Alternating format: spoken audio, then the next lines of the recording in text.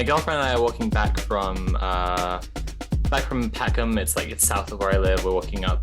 We've been at a party, and it's like we're just crossing the road. We see some cops. Like they're driving in their car, and we're in the habit of just like giving them the just thumbs down, right? Because you can't swear at cops, you can't flip them off, but you can just give them the thumbs down, or you can just like go like, hey officer, excuse me, and then they turn because you're a concerned member of the public, and you go, just quit your job.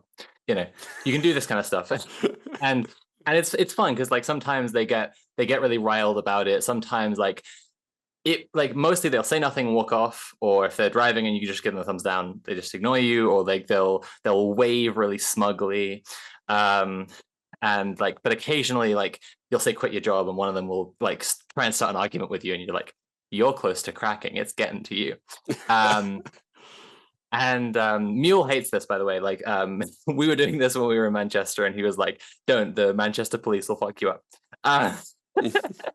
But we give them the thumbs down, and we're crossing the road, and we're giving them the thumbs down, and it like gets their attention, and they all just like all three cops who can see us on their side of the car, like the two in the front and the one on that side, like they all see us at the same time and all snap to grumpy face, like just go like simultaneously. And we're laughing our heads off, and as they pass by, we're like focus back on crossing the road and look, and there's a bus coming, and we look at the bus driver, and the bus driver is beaming at us, and we give him the thumbs up, and he gives us the thumbs up back. That's real solidarity. We were actually hooting and hollering because it's just like, hell yeah, that fucking bus driver knows what's up. That rules. Cops are smelly.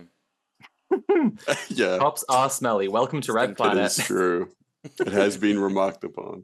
All cops are smelly. ACAS, as we all know. Welcome to Red Planet, everyone. Why don't we start off today with Mule? Why don't you tell us what's the most base thing you've been up to recently? Yeah, I'm glad you said thing that you've been up to recently, because I've not been here for, some of us, I've missed 2 weeks, you've missed 1 week, but you got the chance to say what base things you did last week. I've done a couple of things. I've done a few things. I think the most base thing that I did was an organising day in Harper Hay. So basically, as like chair of the union now, a lot of what I do is structure-based, process-based. It's about building stuff. It's about making sure that there are good policies for our staff, but I'll go a little bit into that later. So I don't really get a lot of time to go and like get on the ground and do some member solidarity and do some other stuff, that could be a bit more based. So I had a day off one Thursday, and every Thursday at 11:30 is our Harper Hay drop-in. So people could drop in for housing advice. There's also a cafe that we have secured funding for. We have like a member of staff that's one of our members that cooks food in there. It's pay as you feel, so we get a lot of homeless people in, a lot of people who are on super low income. Harper Hay was, I think, statistically the worst place to live in Britain in 2013. Not sure where it is now, but it's an extremely deprived area. I've talked about it before. So it's a really, really welcome place for a lot of people. So I went down there, and in the meeting I was helping doing some member solidarity stuff, because obviously I've got a lot of experience doing that. We had some people come in who were like, I've got an eviction order, I've got a rent rise order. I was like, cool, show us the eviction order. Cool, you don't have to pay your rent rise, especially if they've not delivered it in writing. If your landlord has just texted you, you don't have to pay your rent rise. But don't tell them that you know that. Don't tell them that you know that. Just wait until they figure it out. Anyway, so a little bit of that. Then I did an hour-long member solidarity training session for the guys there, which they were like transfixed with, even though it was just like a crap little Google slideshow that I made about a year ago. But it was like all the various bits of member solidarity, like draft a letter, think of some direct action, collective disputes, negotiations, etc. So it was good. And then we all went to do I also onboarded the chair of Harper Hay branch, who's an old ex-trade union head. He was literally at he was an electrician at a place called Sellafield in the 70s. And he was like showing support to like the miners' strikes and all this kind of stuff with his union and all that kind of business. So he's like an old lefty sort of trade union labor guy. and I was onboarding him onto the committee because he's the committee rep for Harper Hay, and he actually came to the recent committee meeting after that anyway, so that was very like good, positive stuff. And then we went to a big protest in Collyhurst outside an estate that was getting demolished. So, you know, wave some banners, shout some slogans, really, really good stuff. So that was a fantastic day. It was just like an absolutely incredible day of organizing. Like Harper Hay is absolutely fired up. Yeah, no, honestly, it's like such a really, really good day for everybody in that branch. You know, and Harper Hay is just continuing to like grow and get better every week. So yeah, fantastic. And other than that, I've been doing a lot of like, this is going to sound like kind of boring, but it's really necessary and good, I think. But I've been doing a lot of reading about radical HR. So like radical policies for staff, because obviously we do run as a business. We're sort of like in this weird middle ground between being like, I don't know how you would call it. I mean, you know, we're a grassroots organization, but we get funding from grant funders, and obviously that allows us to pay for staff and this kind of thing. And everyone on the committee sort of acts as like the board of executives, I guess. Like that's kind of how it functions. And so we have to like basically sit down and look at like, okay, well, what is a sickness policy, right? Because how do you make a sickness policy radically accepting and accessible for disabled people, right? Because if you're hiring staff who are disabled, lots of disabled people need to take multiple days off. So how do you sort of, you know, make that work? Like, how do you like, you know, weigh that up and, you know, use every sort of resource that you've got to be able to like help a disabled member of staff figure out what kind of a rota works for them, or whether a more flexible rota is going to work for them, and hope and like figure out like what work that they could be assigned that means that they're able to do it, and also that isn't going to impact if they have to have a random day off. It's not going to impact on the union or the rest of the staff if they have to do that. So really important stuff to think about. So there's like radical capability policies, radical, you know, sort of disciplinary processes, and like, yeah, it's like really intense reading. And everybody knows what I'm like with reading. I fucking hate it. So I've been working really hard to try and figure out what's going to be the best way to bring about some of these policies. So yeah, really important stuff, really, really good stuff. So that's what I've been doing over the last couple of weeks. And I wasn't here last week because I was at Alt Pride, and even though that's not really, it's kind of based, you know, you're supporting a radical reclaiming pride movement, and it did actually make me feel proud, you know what I mean? Like, rather than going to corporate pride, like just going to corporate, like just watching corporate pride go past my fucking window last week was such a nightmare. Just like Tesla are in the parade, the police are in the parade, Barclays are in the parade, Booking.com is in the parade. Like, it's just absolutely cringe. I did also speak with the organisers of Pride. I missed that out. Sorry, this is starting to sound like I'm boasting again, but I did. I sat with the organisers of Manchester Pride and told them to like not include those people in the parade, but they didn't listen. They're fucking cunts. Fuck them. Fuck Manchester Pride. We're reclaiming Pride in Manchester, and it's loads better. Anyway. That's enough about me. Tim, what's the most base thing you did this week or recently? Well, just super recently, probably. Obviously, the situation in occupied Palestine is still ongoing, so there's been rallies and such around that. There was one just on Saturday morning. I never can on the ones on Saturday, I can never really get the chance to go to because it's my busiest work day. And being a tattooist, if I don't work, I never get paid, all that kind of stuff. So it's kind of a risk. But I had a little cancellation on Saturday morning, so I was able to scoot away for a bit. And yeah, it's good. It's good to see that there's still still thousands of people that are still turning out, and that it's still important. It's like still a thing, still gaining momentum and stuff. Yeah, which is, I think, like sometimes over time people, there can be a little bit of a kind of like protest fatigue sort of thing around some things. But yeah, I mean, I think it kind of goes hand in hand with the everyday, just new horrors. It's kind of it's kept the heat on a little bit. Yeah. So that's what I was up to. What about you, Soph? What have you been up to? I've honestly not had a very active week. I mean, I have in that I've been working on my return to publishing, and I think that's Mm. it might just be the thing that I say the next few weeks because I'm just focusing on that. Like it's a stressful time doing it, and it's I don't know, but it's like moving forward with my life, and I think that is based and good because like I need to move on with my life and Mm. move forward and get back to work and like uh the thing I'm working on at the moment is like a fun kind of little philosophical exercise about technology and teleology. I've got some stuff that I think is more radical and more helpful. I've got something coming out about Aaron Bushnell and about Mm. the mad and the mentally ill. Like after this one's a bit of a just returning to work. Here's some Sophie from Mars content. But like, yeah, I mean, been most of my week, to be honest, has just been like working on that. But I'm feeling good about it. A friend is doing some music for me, which is really nice. And I'm like, Cool. excited to hear what she's going to make. So I mean, yeah, it's been I think like the my thumbs down to those cops story might have been my most based moment of the week because like I went out to a party which I haven't done in a long time. So like getting back into like my social life and Mm. and then made some cops sad. Like that's probably my highlight.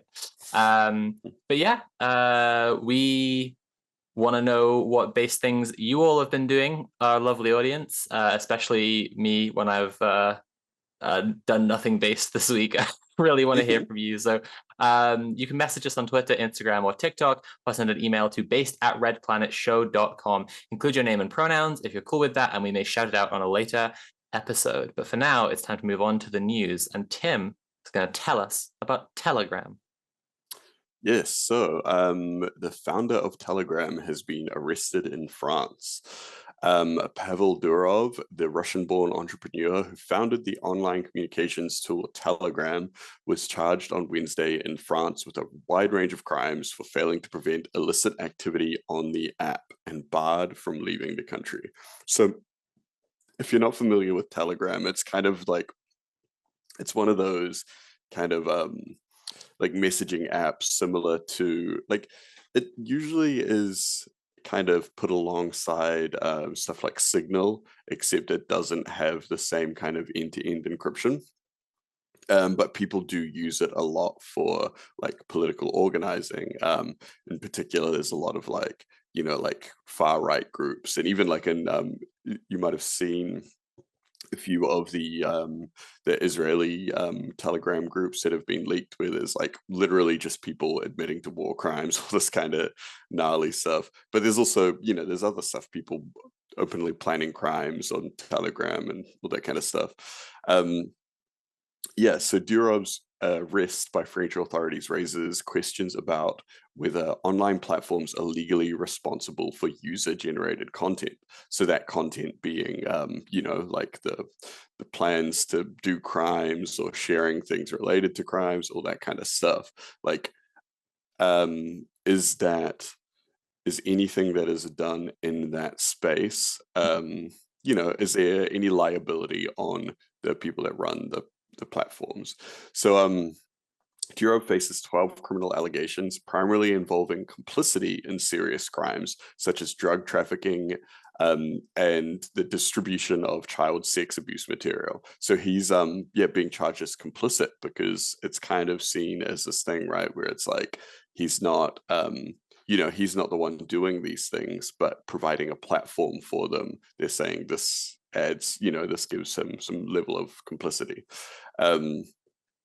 So yeah, governments all over the place have increasingly sought to control, you know, like people's, I would say, like it's not so much control speech, but it is, but also control, I would say, like online spaces and people's kind Mm. of ability to, you know, to do things in those areas. Yeah, but this is the first time that the founder or like owner of one of these companies has been arrested for something like this, especially in, you know, what we consider like, you know, the imperial core or anything like that. So yeah, so it's a controversial idea for him to be arrested because you know, like the one of the parallels that people have been drawing is like if someone uses like buys a car and goes and commits like vehicular manslaughter or whatever like that, what level of complicity does a car manufacturer have? All these kind of things. I would say that it's a little bit more complicated than that. That is the example that a lot of stories keep bringing up, because Yeah, I mean, think like the car manufacturer doesn't also control all the regulations of the road and like where safety railings go and where all the road markings are, and like real sense the yeah. designer of a platform does all those equivalent kind of things.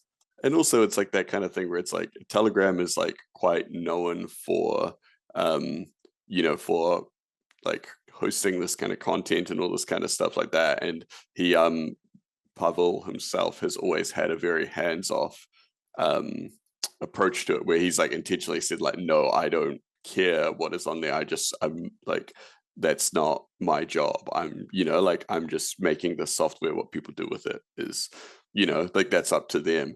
So it's kind of a thing where it's like, like, okay, well, there have been like, like all these kind of different things, like spread or organized or whatever on your platform, and you're very aware of it now. So in the court's eyes, that makes someone more complicit, where it's like, like if you bought a car and then went off and did something horrible with it, I mean, it's not like you got in touch with the car manufacturers and were like, hey, look, on like on Wednesday I'm going to take that BMW out and go to do something horrible, like Yeah, or like yeah. they developed a culture of people who just love to do vehicular manslaughter with BMWs, Exactly. Yeah. and then the BMW like CEO is like, yeah, it's whatever, I just make the cars. It's not, it's yeah. So it is an interesting one, because there are there are a lot of leftist groups that use Telegram to organize, and all this kind of stuff. So, and crack down on like the free speech kind of thing or whatever like that. I think while it may be these things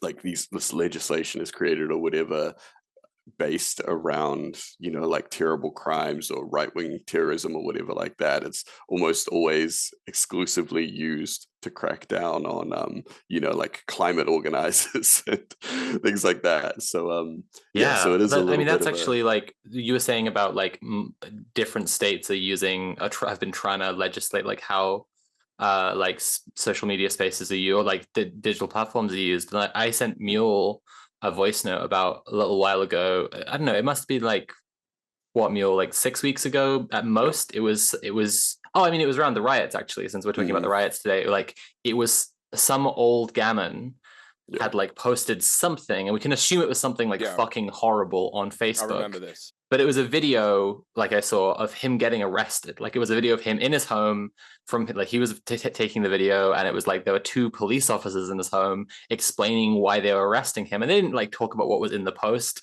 And it's like you can assume that he said something absolutely fucking vile about refugees. Oh yeah. But it's also like he asks them like if they can get his medication, like if they're going to hold him overnight, like will he have his medications there, like he's an old man. And it's just like, it was just like, yeah, no, like I guess somewhere on the scale, I definitely prefer like the CEO of Facebook to be the one liable, compared to that guy who posted that thing.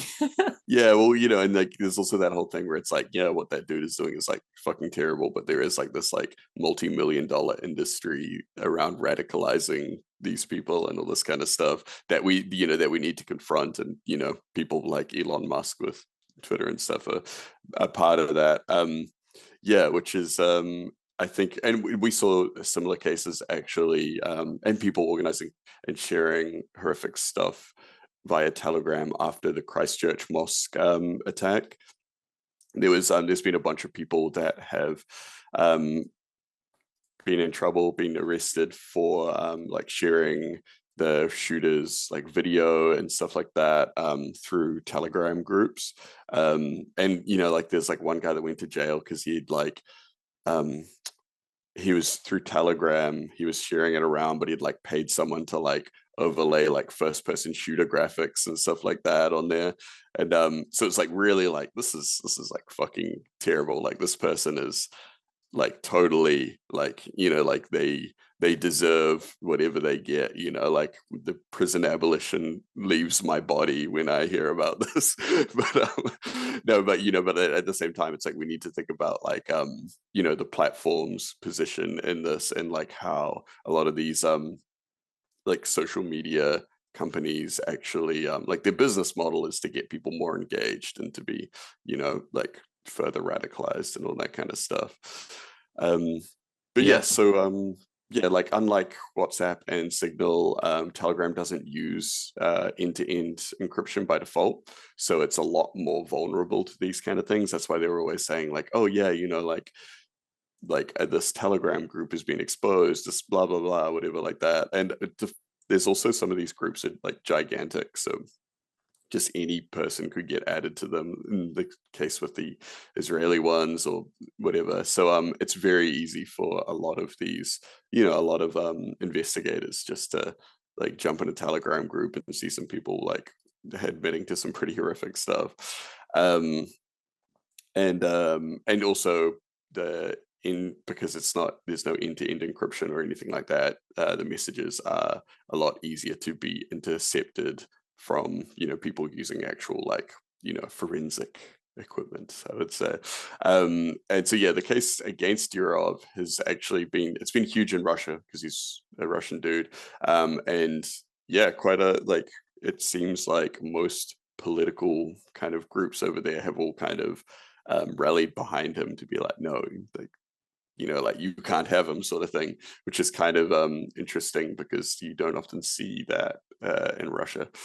But yeah, we'll see how that develops, because I think that is also going to have run-on effects with a lot of other stuff that we're seeing at the moment with other messaging programs, other social media websites and apps and all of things of that nature. I mean, did you see the thing about Brazil? Like, presumably you saw like for people who don't know, Brazil has been like just shut down. Sorry, Twitter has been completely shut down in Brazil because they were I forget the complete ins and outs of it. I know that Elon Musk, like, rather than taking anything about this kind of liability remotely seriously, just like posted some like AI meme in response to like the Brazilian legal systems concerns, and so they've just like completely kicked Twitter out of the country. And honestly, like, could every country just do this? Like, yeah. Well, yeah, so it was basically like a judge gave him a week to be like, you need to sort out some kind of like, moderation thing to get rid of all the hate speech and all that kind of stuff. And he just been like, no. So, and then he's doing the whole thing where he's saying, oh, they've banned us because they're trying to like, like they're trying to suppress us or whatever. And it's like, well, no, I think the judge was relatively reasonable. Yeah, it's just, like it wouldn't have been good for Musk's brand as a free speech guy, but I feel like it's also not going to be great for X's brand when a market of 215 million people are no longer open to advertisers. So it's genuinely a huge I feel like there's probably a lot of Brazilian people and businesses that relied on Twitter for various reasons for their business, for promotion, all that kind of stuff, that are going to be pretty upset with that. So, I mean, the good thing is there's about to be a hell of a lot of Brazilian leftists who are getting off the internet. Yeah. That's only good. That's only a good thing. Elon Musk made them all touch grass. Elon Musk is responsible for the Brazilian revolution of 2026. You heard it here first. He's always doing that. Cool. So, so Sophie, why don't you tell us what's happening with the we touched on it just the other week, but the Department of Education in London.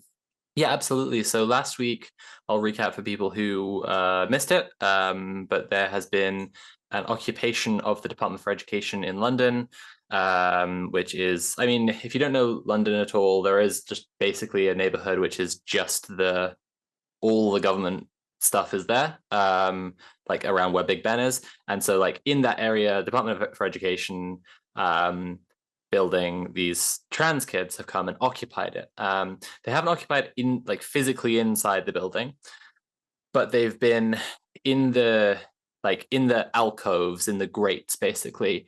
There are these like railings by the pavement. If you're watching the stream or the VOD, you can see a picture on screen right now. But there are these like railings by the pavement, and then over the side of that there are these grates which like are above the car park underneath the building, and they have just like put down mats and boards and stuff, and then put down sleeping bags, and they've just been like just living there for a week.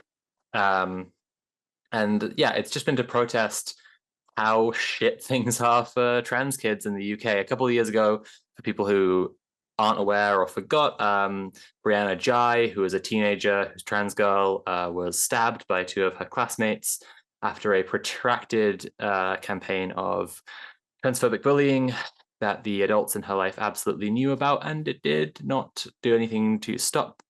And yeah, things have been incredibly shit for trans kids, and in some ways have got worse since then, even with the ban on puberty blockers that came in. We talked to my girlfriend and I went down there. We gave them like bought them some pizzas, hung out a bit. I'm just still summarizing what we said last week, but you know, like hung out with them a little bit. One of them talked to us about like how disheartening it was when the puberty blocker ban came in, and how like positive it's been being part of this group and like organizing and doing stuff. And they occupied the NHS building, NHS England headquarters, and now doing this occupation, and how like supported they feel, right? So the occupation is finished now, is the story this week. It wrapped up on Friday with the kids departing from the Department of Education at 6 p.m. There was a lot of stuff that happened during the week. So they had a drag show on Wednesday. Local drag performers volunteered to just come down and put on an impromptu show for the kids, which was really fun. Saw some footage of that. It was really like, just seemed like everyone was having a great time. We were joking a lot about like the trans masks and the trans femmes at the camp, right? Like they were during some of the like overnight stays when they were like trans adults, and also some like cis allies showed up to like do the overnight shift and like make sure no one fucked with them, like, you know, bigots, police, whatever. There was some people running D&D like one shots for the kids to join in. And when we heard about the drag show, one of my friends said all the trans masks get to enjoy the drag show, and all the trans femmes get to enjoy the D&D. Anyway, so you know, there's cute stuff throughout. Like they had arts and crafts day and the drag show, and like people coming by, and Monroe Bugdorf stopped in for a little photo op and raise awareness of the protest. There was one point where civil servants inside the Department for Education tried to remove a banner that had been hung from the building, and we've got a video of this happening. Basically, the kids had hung a banner over the entrance that said "We are not pawns for your politics," and had their logo, which is like a little pawn turning into a queen on chessboard, over the entrance. And the civil servants had like gone out the window to like snatch it off the ledge. So one of the kids climbed up the facade of the building really fast, like as they were trying to grab the banner, and grabbed it off them instead. And stopped them from seizing the banner. And it's so cool. Like when Sophie texted me about it, she said one of these trans kids just went imp mode and took this banner off the windowsill. If you're listening to the podcast, I encourage you to look up the video. You can find it by searching "Trans Kids Deserve Better." It's on Instagram, and I challenge you to prove me wrong that they did not go imp mode. I happen to know they were posting about this, so this isn't any kind of inside information, but I happen to know that kid's OPSEC name is Squirrel. I think they lived up to their code name. So Squirrel. Yeah, on their last day, Trans Kids Deserve Better posted a picture to Instagram of a letter which they served to Bridget Phillipson, the Secretary of State for Education. It read, Our understanding of your role at the Department for Education is to guide schools and colleges in supporting their students. Our experience as transgender students is that this role is not currently being fulfilled. We all watched with growing dread the threats and drafts of guidance which felt deliberately crafted to harm us with maximum efficiency. What we hope, and in our more optimistic moments believe, is that these are no longer the intentions of the Department for Education. Too many of us here and across the country have lost our autonomy by being outed to our parents and carers, and have had transphobic bullying allowed or even encouraged by our teachers. Too many of us have had to advocate alone for our very existence against adults in our schools who believe their transphobia is state sanctioned. None of us deserve to be attacked physically or verbally for who we are. We deserve to feel at home in school, just like every other student.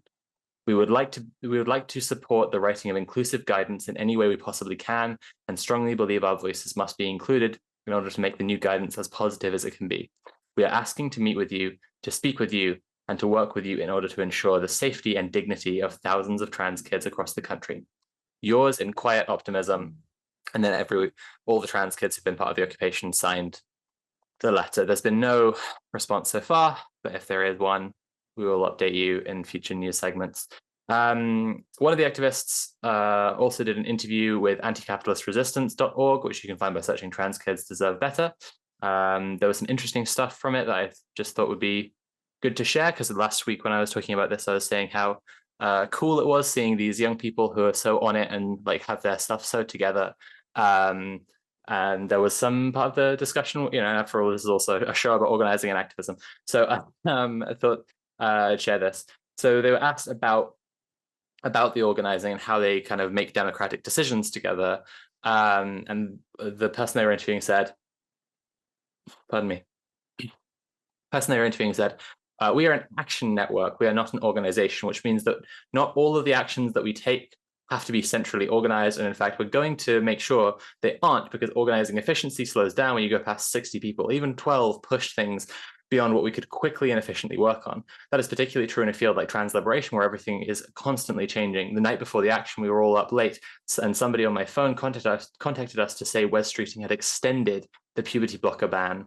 We were planning an action around that, but didn't think we would start it until mid-September, and suddenly we have to start it on the same day as an occupation. So, they have also had an action targeting Wes Streeting. I also mentioned this last week. They've been making these little like fold-up coffins that they've been decorating, and they've been putting more and more of them outside of Wes Streeting's office, just so that he knows that like every day that this goes on, he is killing kids. But yeah, there was a great interview, like I said, on anticapitalistresistance.org, and you can read it by searching Trans Kids Deserve Better. You can also find all of their central stuff on transkidsdeservebetter.org and support them there. They have donation links and place for you to like read more about it and all their socials and stuff. So solidarity from the Red Planet to the TKDB crew. Mule, why don't you tell us what's going on in Libya? Why don't I? Libya's central bank chief flees the country over militia threats. So, Libya, if you don't know, has been in turmoil since the 2011 NATO-backed overthrow of longtime ruler Muammar Gaddafi, which left the country divided between rival factions. I'll never forget where I was when I saw the footage of Muammar Gaddafi's corpse being stamped on in the streets. It was quite visceral, quite like an intense moment in my life, kind of like my JFK, I think. Yeah, absolutely, just an absolutely bizarre thing to witness, to be honest. But the Central Bank of Libya has since been controlling billions in oil revenue. It's central to a political crisis between two rival administrations in Libya's east and west. Tripoli-based Prime Minister Abdul Hamid Dbeiba, I think I'm pronouncing that correctly, attempted to remove Al-Kabir, escalating tensions and leading to a standoff over control of the bank. Al-Kabir reported that militias have been intimidating bank staff, sometimes abducting their relatives to force them to work.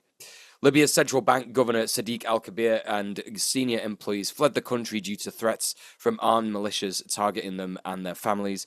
In response to the attacks on the bank, the Eastern government, led by Prime Minister Osama Hamad and military leader Khalifa Haftar, shut down oil fields, further destabilizing the situation.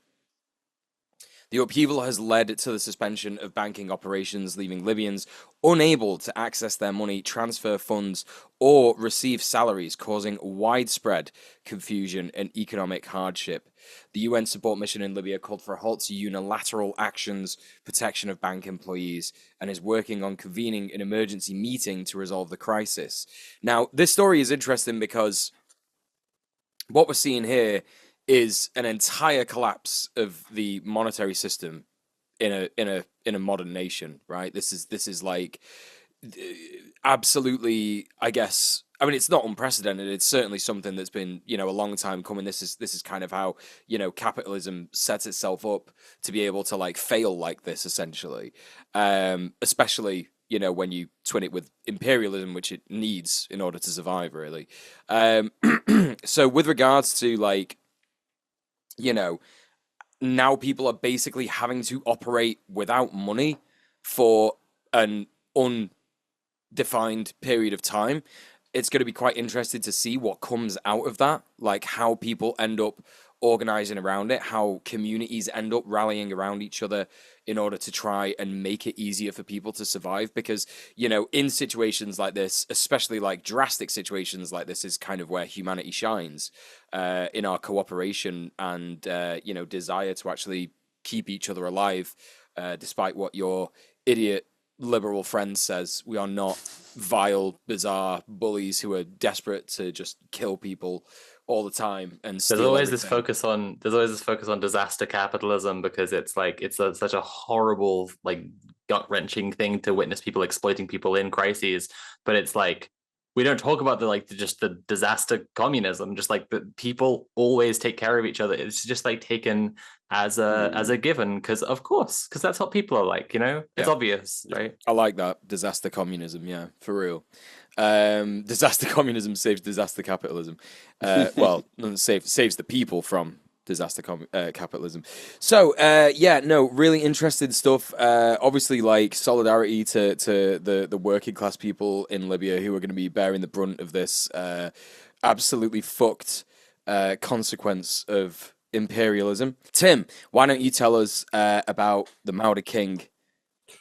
Yeah, cool. So this week, we saw the death of our Maori king, which is an interesting thing because I mean he's like, well, so what we call the kingitanga, the Maori king movement, isn't a king of all of us. It's kind of like it was a political movement started to kind of I guess like the English came along and were like, this is how we do things. We have a ruler that negotiates on behalf of all this kind of stuff. And then so there was a movement by a bunch of tribes that got together and were like, okay, cool, now we have a royal too, and this is our representative. So even though like none of the like various like tribes and stuff that I'm descended from have ever like acknowledged the kind of like official authority of the kingitanga or anything like that, despite that, like we still acknowledge, like I guess we acknowledge, well, what we would say is we acknowledge the mana of the position and its history and all this kind of stuff, and like we still see them, the royals, as rangatira, as like like as really important people and all this kind of stuff. So even though he wasn't my king or anything like that, he was like a really important person, part of a really important movement to all Maori. So yeah, it's unfortunate to hear of his passing. It was just after a heart surgery. He he's only 69 years old, and he was actually, I would say, one of my like probably most, I would say, out of all of the various different Maori rangatira from all different kind of tribes and movements and all this kind of stuff, I quite liked him because he was a truck driver for most of his life, and he couldn't even speak Maori when he kind of inherited the throne. And, so he was a very working class dude. And, his family were like, this isn't like a coronation where it comes with like jewels and riches or anything like that. There's like obviously an element of privilege that is bestowed upon you and stuff like that. But yeah, I liked that he was just a dude, and that was often used against him. Like a lot of people would be like, oh, he's just a truck driver and all this kind of stuff. And like even like some But that's like awesome. yeah, we had like politicians and stuff refer to him as that, and it's kind of like, man, like like that's actually a good thing. Like it's good that there is someone in this position that actually has an understanding of the life of working class Maori. Like I think he was like in his 50s or so when he was like 52 or something when he was coronated. So that's like a person that has led an entire working class life, had children, grandchildren, and everything like that, and understands the struggle. And he recently was really kind of kicking off a lot with our current coalition government that has had a lot of like anti-Maori policies and stuff like that. He was being quite vocal. Like a lot of people would say that he maybe wasn't as like radical as a lot of people would like him to be, but I still think that like he was an important like I would say ideological stepping stone for a lot more liberal Maori who would see this guy, and he was saying, like the best thing we can be at the moment is, unapologetically Maori and like, all this kind of stuff. And even though he's not, he's not up there quoting Fanon and, like all that kind of stuff like that, I think that that's a stepping stone for people to, or like a more accessible entry point into, like Maori politics from people that historically maybe weren't so politicized. And I think that he helped a lot of people that were perhaps even leaning more conservative to kind of get like, oh, it's wild that there's like this gigantic movement of Maori that are all kind of like unifying and getting together under, like for a similar cause, despite like, histories of tribal grievances and all this kind of thing like that. So I think that, like it was really important what he has done and what the Kingitanga movement has done, despite not actually, like they don't really have, like a legal or like there's no real power that they have aside from everyone respecting them and their money, Um, so yeah, sad to see his passing. I'm not sure who will be his successor. It'll be interesting to see because there are some definitely some people that I think would be a shoo-in for it, and I definitely think whoever is coronated next is probably going to be a lot more radical than he was, and then I feel like um, I feel like it could be kind of, I think also recently it has been kind of like a renaissance for the Kingitanga, and I think that like whoever takes it up next is probably going to be I think it's going to be a period of of growth and change, and Did I it'll be miss this? interesting to see. Did I miss like what's the selection like what is the process of like what Oh yeah, decides so who is it's not actually it's not inherited like yeah. like a lot of misguided racists or whatever like that will always be like, oh, well, it's like you have an unelected monarch, and say no, it's like a totally democratic thing by like it's by like basically a lot of respected people throughout Maoridom will make a case for who they think it'll be, and then just kind of like it's it's a democratic process, but it is relatively informal. Like a bunch of some people from one area might be like, this is going to be the dude. Some other people be like, this is going to be the one. Then everyone gets together. We have like a big hui. It's just like a big meeting where everyone talks and blah blah blah. Kind of like like a jury where everyone talks until they come to a consensus. It's like that kind of thing. It's not like a ballots and kind of thing. But yeah, it'll be interesting to see what happens, because yeah, like it doesn't always have to be for someone that is even related to the last monarch. Sometimes it is like Tuheatia, who just passed away, he inherited it from his mother, but next one could be someone completely different. So we'll see. We'll see how it goes. There's a couple people that I would like to see take the throne, but we'll just see. Tim, I'd like to see you take the throne. When are you running for it, dude? Well, I mean, I'm so Napui are not aligned with the Kingitanga in that way. So nobody that is from our kind of tribe, or I guess like someone could be like descended from multiple tribes and have like an affiliation that way, which is totally possible, which would actually be really cool to see. But I don't know. We'll see. We'll see who comes out of it. I'm rooting for you, man. Yeah, I know. It's like I could be the wild card. Could be. Everyone write in Tim in the US elections. Yeah. Thank you for your voter fraud. That's cool, man.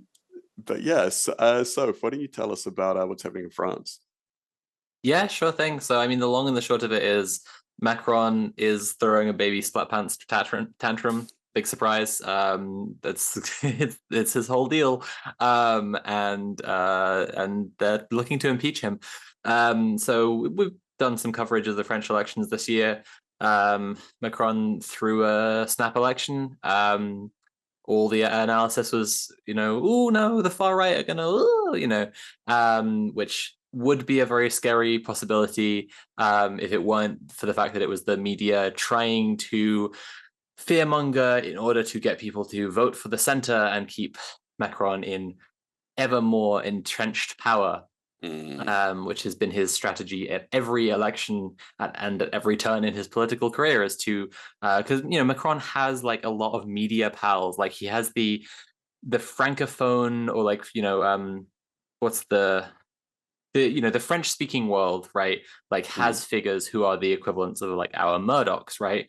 And obviously like Murdoch has some influences across languages, but like they have their own French Murdoch or whatever, and these people are pals with Macron because he's the hyper capitalist candidate.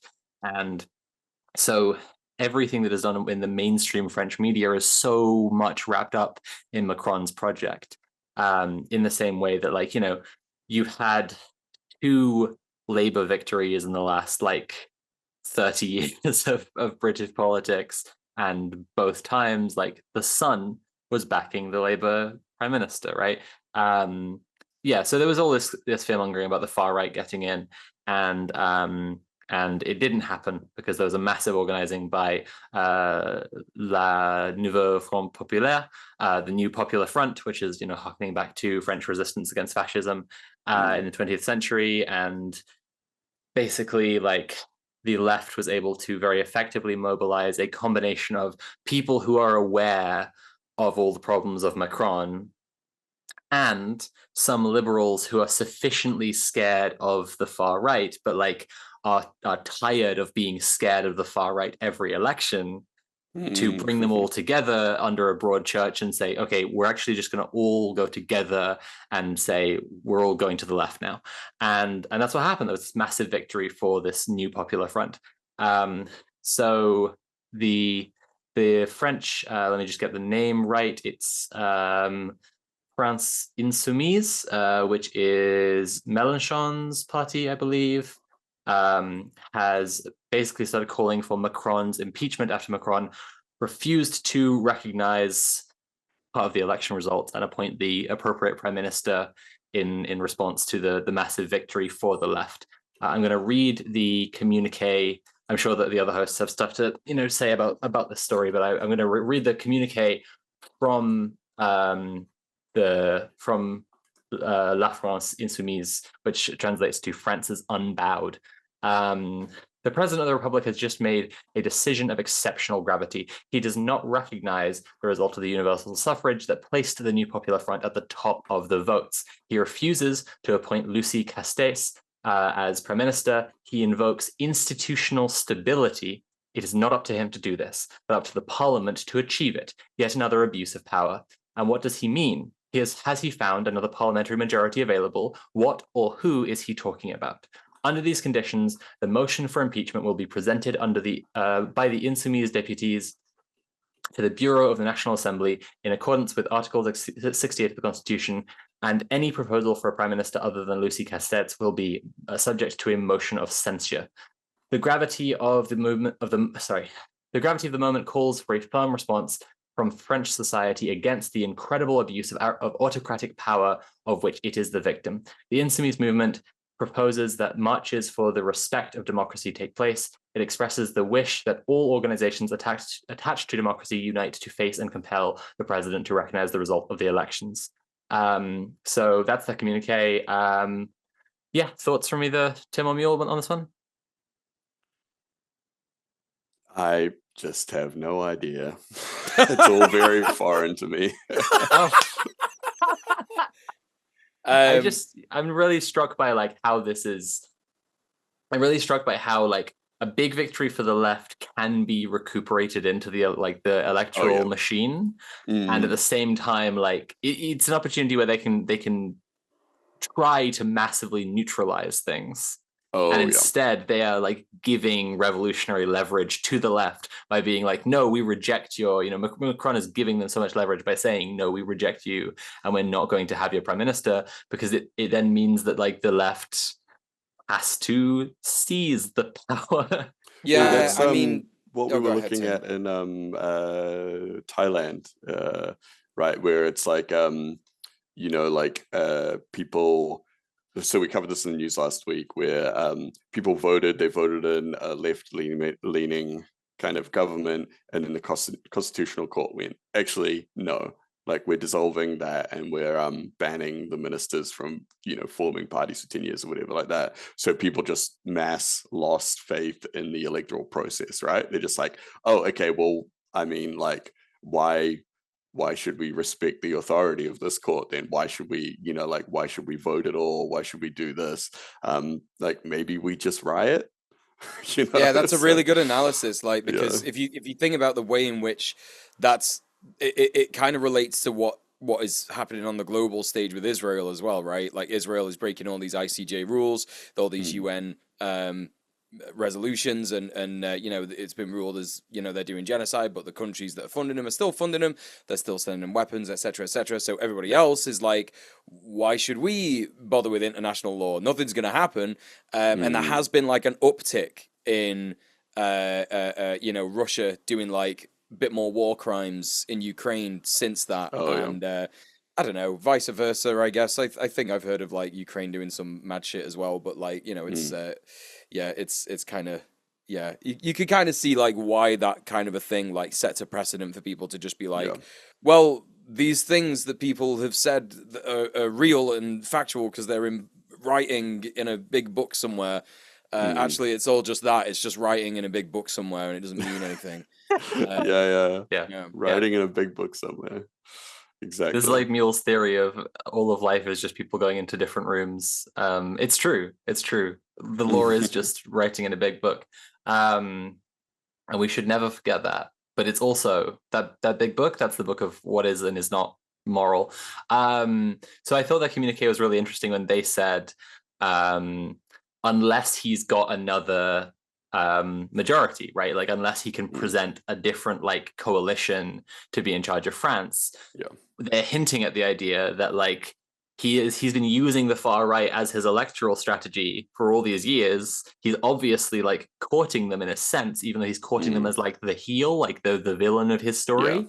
It's like they're saying like, unless you're gonna just basically form a majority with Le Pen or with I've forgotten the name of the new French Hitler that they're worried about, but like the like 27 or 8-year-old French Hitler. Anyway, so what was it? So the Le Monde, which is a big news source in France, reported this on it. So while the Nouveau Front Populaire left-wing alliance won most seats, no single bloc has a majority in a chamber split largely between the left, Macron centrists, and the far right. quote, the Assembly Nationale and Senate can and must defend democracy against the president's authoritarian leanings, LFI lawmakers wrote in a draft impeachment resolution. Their parliamentary leader, Mathilde Panot, said they had sent the document to other MPs to gather signatures. Any attempt to oust Macron via the impeachment process outlined in Article 68 of France's constitution faces high hurdles to success, ultimately requiring 2/3 of the members of the Assembly and Senate combined to approve it. LFI argues that it is not up to the president to do political horse trading. That's in quotes, quote, to do political horse trading, taking aim at Macron's efforts since July to find a prime minister who would not be immediately ousted in a confidence vote. Many constitutional experts, however, argue that the Fifth Republic's 1958 founding document, written on the assumption that the electoral system would produce a clear majority, is vague on the correct course of action in a hung parliament.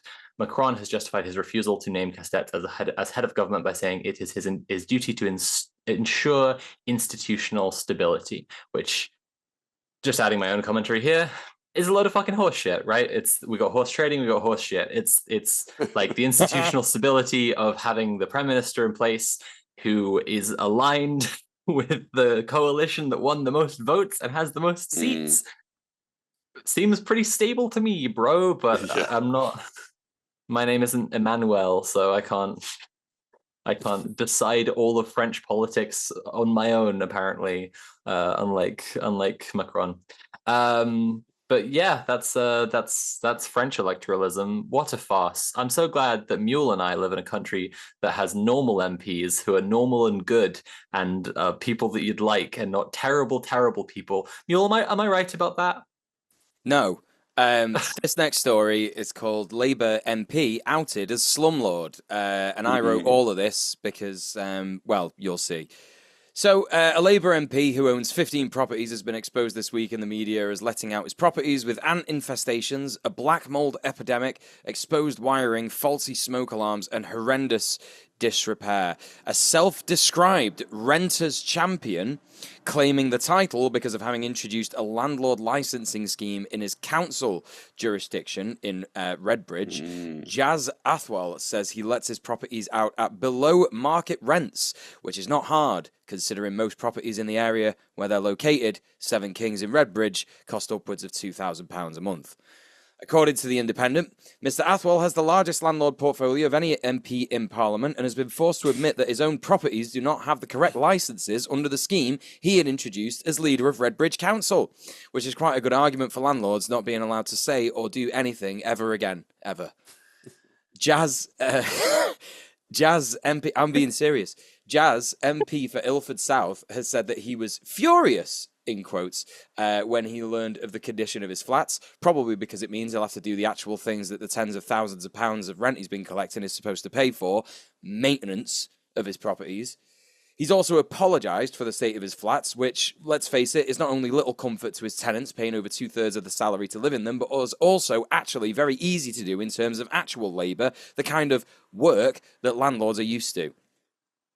Useless wet sack of shit Member of Parliament for Central Manchester, Lucy Powell, has defended Jazz, most likely because she's a useless sack of shit and has absolutely zero investment in the housing conditions of her constituents, especially considering the incredibly vile disrepair social housing tenants have to deal with in her constituency, and that she routinely boasts of supporting ill-thought-out and ineffective help-to-buy housing developments that only really make money for investor landlords and leave tenants with barely any money for a mortgage deposit at the end of the help-to-buy lease, which is what the lease is designed to fucking do. Sort your shit out, Lucy. You're a knobhead.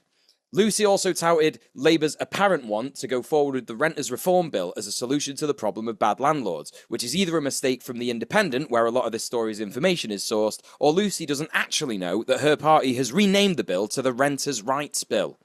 Jazz Athwal has said that he has sacked the management company responsible for maintaining his flats and that repairs will commence imminently. But these are hollow words to every tenant in the country who will recognise the sound of this broken record that we've heard time and time again. This should be another reminder to everyone listening that our dreams cannot fit into their ballot boxes. A world without landlords is possible, but the key is not on a slip of paper with Jazz Athwal's name on it. And that's Holy shit. Babe, who wrote that? Yeah, I got really mad about this.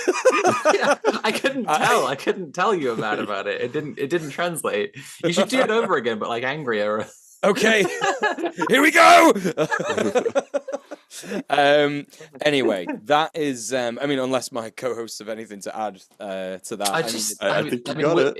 It's gonna fit into so much of what we talk about, like in the topic of the episode, right? Yeah, But like, what yeah. a fucking rotten sack of just like decaying garbage British electoralism is, and like how many fucking. I mean, you know what? I'm just gonna put a pin in it. I'm gonna say let's talk about Grenfell in a minute. Yes. But like right now, we're just gonna put a pin in it. That's my thoughts. Cool. In that case, it's time to remind you all that we are a show. We're funded by wonderful viewers and listeners like you. Please head to patreon.com/red_planet. Give us money. There's loads of different ways you could give us money. You could give us a lot of money, and that means you get a lot of stuff. You could give us not a lot of money, and that still means you get stuff, just not as much as you would if you gave us more money. So you should probably just give us more money. That was such a good promo, babe. So yeah, like I said, it's a that story I think relates in really well to what we're talking about today, which is the riots that happened in England recently and what led to them, and like what, you know, the kind of political context, the class context, what's going on in like the British psyche and what divisions there are across the country. And like I think it's helpful that we've got a couple of unfortunately British hosts and one, you know, blessedly not British host, because we can have this discussion and we can talk about this stuff. And like, you know, Tim, you can kind of we can, you know, it's time for you, you know, you can sit down and get educated about Britain, the horrors. I know that you're like kind of you know, you're a bit of an ally to Britain, aren't you, Tim? I wouldn't say that. The relationship between Aotearoa and Britain has always been very good, very positive. But you're about to hate Britain, so get ready for that. I'm ready. I bet you are. Yeah, I guess I could do an intro. Yeah, why don't you sum up what's been going on recently? Yeah. So, for those of you that don't know, that may be blissfully unaware or have just forgotten it due to the news cycle, Britain experienced a bunch of far-right riots about 3 weeks ago now, which seemed to be catalyzed, or I don't know what the correct word is, catalyzed, incentivized by, the catalyst seemed to be the murder of some young girls in Southport, which is a town in the northwest. It's not far from Manchester. And actually, this is how close this is to me in terms of like locality. The guy that killed these girls, my uncle actually used to teach him music because he was in Southport. Wow.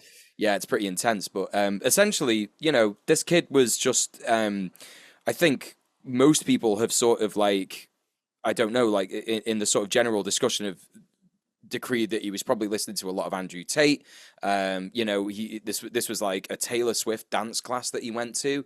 And of course, Taylor Swift is sort of like looked at by far right misogynists, especially like popular misogynists, as like, you know, trying to tell women that they can like go their own way, and oh, that's so bad, and oh, you know. So I think people have sort of, you know, kind of collectively said, well, it's probably, you know, misogyny. It's probably online misogyny, and also, you know, mental health issues, etc. You know, various kinds of things. But there was some reporting that he went through a period of like not talking to anyone, like not leaving the house, not talking to anyone, not even talking to his own family members right before this happened. Right? Yeah, and so the far right decided to use this to just basically go fucking mental for a few weekends and attack people. So like the people that basically would, you know, agree with all of the Andrew Tate misogyny bullshit anyway, you know? Yeah. Well, Andrew Tate was one of the, so like immediately a bunch of like prominent far right figures started claiming this guy who I forget his last name right now. He's called Axel. He had been an immigrant who had arrived by a small boat channel crossing and was a Muslim from a third world country and had just arrived and immediately gone and stabbed a bunch of people, because this is like the narrative that they are constantly trading on all the time. and they just wanted to just manifest it, right? They just wanted to be like, it's true now. It happened, and like Andrew Tate was one of the people who said this, right? So it's like the fact that he, as you're pointing out, like the fact that he probably was like, tuned into Tate's stuff, and then it's so sickening, I don't know. It's fucked, and basically the whole thing essentially amounted to, like Soph says, bunch of online far right figures basically saying, right, it's time to do something about this stochastic terrorism, and then that just, it just kind of escalated from there. A lot of Telegram channels were basically saying, right, lads, come on, it's time to meet here this time. We're going to kick them out. We're going to stop the boats, blah, blah, blah. It's all just like meaningless stuff, but we're going to get into a little bit of the meaninglessness of it in a little bit. But yeah, that's kind of the long and short of it. There was a really broad anti-fascist response in most towns and cities where there is like a very solid left-wing organizing presence. In some places there wasn't, which was very unfortunate, and those were some of the worst places where some of the worst stuff happened. So what I'll start with is actually the sort of the head of the beast, as it were, even though there's multiple heads of the beast at the moment, and we'll talk a bit about that. But really, the sort of only real big far-right figure at the moment in the UK is Tommy Robinson. It always has been Tommy Robinson for a long time. He's sort of like a big organiser with the EDL. I think he was quite involved in the Oldham race riots in Bradford and Oldham in Manchester back in 2001, 2002, where basically a bunch of white racists just kept having massive fights with the Asian population. The Asian population fucking kicked their ass, by the way, which is really important to remember. And that was through solid anti-racist organising in those places. But Waxy Lemon coming from his actual real name, which is Stephen Yaxley Lennon, despite being from Wythenshawe in Manchester, if anyone knows Manchester, they'll know that Wythenshawe is like it's a council estate. It's where a lot of working class people live. When I say it's a council estate, it was actually at one point one of the biggest like collections of council homes in Europe, essentially. And during the sort of like neoliberalism Labour years, when Thatcher had sort of done right to buy and stuff like that, things were really sort of started to go downhill for people there, and Waxy Lemon is kind of a result of that, and he changed his name to Tommy Robinson because it sounds more working class, basically. Because he identifies as working class, which is valid. It's unfortunate that people want to dead name him all the time. At least they respect his pronouns, but like it's important to just like let him identify as like as not just a grifter spending all of his donated Bitcoin money on cocaine all the time. Well, that was an interesting thing, right? Because I saw that when it was all kicking off, someone had like a young dude had leaked that Tommy Robinson was on a holiday. Where was he? He was somewhere Spain, I think, or Cyprus? Greece. Yeah, at a Cyprus, resort. yeah. And just some like young like working class kid had just put it online and been like, fuck it, here he is. and kind of get him, everyone. Stirred a bunch of, and I mean Tommy Robinson was going nuts, saying, like you've put my family in danger. It's like, man, you're at a resort like drinking by a pool while all your like little like skinhead mates are running around like setting fire to mosques and stuff. Like, absolutely. I mean, I don't know if you know about this, Tim, but basically, like, so he is. Okay. I'm gonna save our producer some anxiety and blood pressure here. It has been alleged by some people that Tommy Robinson is trying to be out of the country to escape charges that he's currently facing, and that's like. So like when he says about like, he was just taking holiday with his family and like they put his family in danger or whatever, like he, I don't know how much it's just him, like just living the high life and getting away from where the rioting is, but like it's been alleged that he's like, getting away from his legal troubles because like a few weeks earlier, it was the same day as Trans Pride. He organized this big fash march, which was like originally targeting Trans Pride and was going along the same route. We talked about this a few weeks ago when it happened. Like I was there at the anti-fash thing. it's split three ways, which is kind of an interesting thing because like I think there's also arguably a three-way split in the politics of what's going on around the riots, which I would say is somewhat like the liberal establishment and the police and the state, and then like the working class, and then like these like far right bigots, and like they all have complicated characteristics to those splits. And there were these three marches then, which was like there was trans pride, and it's frankly quite a liberal thing, and was a parade organized with the cops, and then like there was this fash march that was organized to be along the same route, basically with the intention of antagonizing or possibly like attacking trans people, and then an anti-fascist march was organized to stop that, but like the police just like crowd controlled them in all different directions so that no one intersected and there weren't any like clashes, and like the only like clashes that actually burst out that day were like the fascists fighting fighting cops because they're there to fight people, right? And like they're just like well, that's what it is. I think it's important to bring that up. The fact that he has been charged, I think, or at least I think he has been charged. At that event, he played his film, which is called Silenced. I don't know loads about it, but basically like he had yes, he's so cancelled. He like and he had been told not to show this film anymore, right? Basically because this film includes libel against I don't know the full details, but against a particular refugee, and the court had already, like in an ongoing case, had charged him with contempt of court for like going against like their what's up, Mule?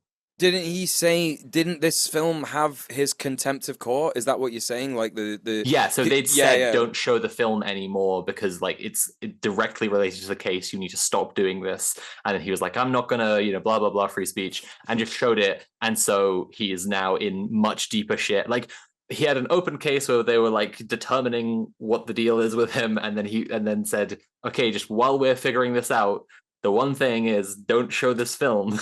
Don't do the thing. So of course he does the thing, and so then a following event that happened was that he took a little holiday to Cyprus, and some people have alleged that he's fled the country to try to run away from the law. I think it's really important as well to mention that Cyprus has got really good cocaine. Not for any reason. I'm not saying that for any reason. Listen, I've done a lot of cocaine, so I'm allowed to make these jokes. So here's the thing about Waxy Lemon. He does have a coke problem. He does. Like, this is just, it's common knowledge. Like, everybody who knows him knows that he does a lot of coke. And while coke doesn't make you a racist, I'm living proof of that. It does make you incoherent, especially if you're slamming it and then recording yourself on Telegram or on Instagram Live or wherever you're doing like your racist rants. So whatever point he's actually trying to make, put across, whether he thinks it's well thought out or not, whether it's actually like articulated before he decides to do it, the fact that he's just doing big slugs of Bing, off camera every 2 minutes, it just means that he's just not making any sense. And that's kind of where you get these like memes coming from, where there was that one guy, I think he was in like Hull, and it's like a famous clip, and it's like this British guy going, "They've got Muslimic ray guns." Yeah. And he's claiming there are immigrant rape gangs, and he says Muslimic ray guns. Yeah, because he's fucked off his head. Because he's also fucked off his head, and that's the thing. That's what Tommy Robbo sort of inspires. It's this ancient sort of British football hooliganism kind of thing. Like, that's what it is, really. Like Anglo bloodlust. Yeah, it's that shit. It's basically like, we watch football, we get pissed with the lads, we have a fight, we beat the shit out of a queer guy, we beat the shit out of a black guy. Like, it was just the racist shit that used to happen all the time in the fucking stands back in the day. That's why the National Front used to organize and try and recruit people in the fucking, back in the day. Yeah. And so, like, in terms of, the actual organization of it, I do want to make a point of this because I think it's really important for people to sort of, see it for what it is in the sort of grand scheme of things, because everybody was very, very scared. And I understand that. Like, it is really, really good to be scared of fascism, because fascism could be an extremely scary thing. If you let that fear get you to do something about it. Yes, absolutely. Then that is the important part. But what I would say is that in the grand scheme of things of organized fascism in Britain, it's really on the decline, like massively, in a massive sense. If you think about the 1940s, where Oswald Mosley managed to mobilize 170,000 fascists to march on the streets of Britain, and they still got battered. Then in the 70s, probably about half that people were marching around with the National Front. And then in the 90s, it was much less. It was about 10,000 people. And then literally the biggest one, the one that you were talking about, Soph, the one in London that was organized, fascists from all over the country came down. They were on the coaches. They were, getting fucked up, drinking Stellas, having sniff on the coach, ready to have a big day out, big fascist day out in London. They only managed to get 10,000, right? 10,000 is a lot. Yeah, we were shocked by it. We were shocked by it because there's been that decline, right? We were shocked by it because we were just like, there's no way they're going to have a serious march here. They might have. I was with my girlfriend at the anti-fascist thing, and she got a message in the group chat, and she was like, "There's 10,000 of them," and I was like, did they hit a wrong, like they meant 1,000 and they hit an extra zero? Like we spent a couple of hours that day like waiting for updates from spotters, because we were like, there's no way there's that many. And that is, again, like, it's self-indicative of the decline, because like there's just like, it's simultaneously it's the decline, and then like in this current moment there's a lot of what we want to talk about, which is like what has led these communities to this point where like they would organize in those numbers. But like, as Mule's saying, I think it's a very salient point. Like, in the long run of like British culture, like it's a current right now resurgence of the far right, of fascism. But if you look at the successive waves, the attempts, these waves are smaller every time, and this one's teeny tiny compared to how it was before, right? I also want to be completely clear here. I'm not saying that this means that racism is no longer a problem. I'm not saying that racism is on the decline, or fascist or bigoted ideas are on the decline. What I'm talking about is organized fascist action, right? That's what I'm talking about. And so it is good news overall, but of course racism is an insidious problem. So is all kinds of bigotry and fascism, transphobia, queerphobia, misogyny. So really important to just be completely clear about that. But again, then, after this big 10,000 strong march, trying to fight trans people at Trans Pride, then when the riots happened, I think like the maximum amount of people who were doing rioting was like 500, maybe 700 in I can't remember, like some boroughs in London. Like in Manchester, they only managed to get like 200 people. The numbers was sort of like floating in between. Like, there wasn't really any rioting in London, but the biggest numbers of rioting anywhere was like 500 would be the biggest number, I think. Yeah, absolutely. And I think that that's a really important thing as well. It's like these people are the minority in their local areas. And also another huge thing as well, there is a lot of young people there, right? Now, the old guard, if you want to call it that, the old skinhead fash guard who've all got swastika tattoos and all that, they were obviously there. But these younguns are all going to be completely, like, if we're talking about incoherent politicization, which is what comes from listening to Stephen Yaxley Lennon's bizarre cocaine rants about foreigners and all this stuff, that is like heightened so much by the youth of these people, who basically, a lot of them, when they've been interviewed and stuff like that, just been like, yeah, we just want to go out and cause mischief. You know what I mean? We just want to go out and have a fucking laugh. It's the summer holidays. A lot of kids like finished school. A lot of kids finished, all this other stuff. But that's a really important point. Is like, I think this is something I was already wanting to say, and I want to springboard off that, right? Which is like a rebellion against like the social contract. When you feel like your environment is hostile to you, when you feel like everything in your world is telling you that you are a piece of shit, like the desire to just kick the shit out of like the world itself, which like set fire to a mosque or to a hotel where there are refugees, or even just a bus stop or a fucking post office, right? Just smash some stuff. Like there were these targeted attacks where, as Mule's saying, like there's the presence of organized fascism that you can see in this, and then there's also just so much just like bubbling just ill will, and also I think it's worth saying like poor mental health. Now I don't want to like, okay, so I'm working on something about mental health and madness at the moment, and I think that like I need to just run quickly through a couple of ideas that I'm talking about in the essay that I'm writing, because like I don't want to come across like we're doing a liberal mental health discourse here about like, oh, we should care so much about the feelings of the fascists, Nazis. hug the Nazis until they get better, right? But it's like we already touched on this with Axel, the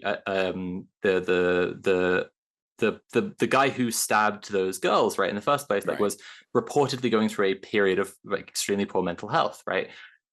And this is no surprise, because like someone who does something like that is going through a period of poor mental health, like, and the same thing is true in the case of all like horrible shit, like immediately interpersonally, one person hurting another person really badly. Like I'm gonna file the numbers off of a personal anecdote, and just like friend of a friend sort of thing. Like someone's going through like a fucking serious mental health crisis and has heard that like someone else wants them dead, and like both of them are involved in gang activity, both of them are involved in like drug dealing, and like you're not in a period of good and robust like sound mental health when you then decide like I'm gonna go stab that guy, right? And like this is my point, is that like all instances of like interpersonal violence that form like cultural and social trends are also like happening at points where people are at extreme stress points. And so we can analyze them sociologically and or anthropologically, politically, philosophically, or whatever. But it's like it's really important to remember that like people aren't doing stuff like this unless there's something that is just like fucking them up really badly in the first place. And like so that's where it becomes relevant to like look at the mental state of a class of people, because I think that like, and this is the kind of the stuff that relates to my essay, is that I think that like I think that poor mental health is something we should understand, but also like madness is a separate thing, which is like different ways the mind works, and effectively like classes in society get like characterized by instances of madness and poor mental health, which are the overlap between the two within classes in society. Like where there's conflict between two people who both experience like poor mental health, right? If you have going back to my like two guys who want to stab each other, right? Like people who are sympathetic to that one guy like will understand his state and be like, he was not doing well, that's why he was like that. That other guy is a bad person who wanted him dead. But the other guy's friends are saying the exact same fucking thing, right?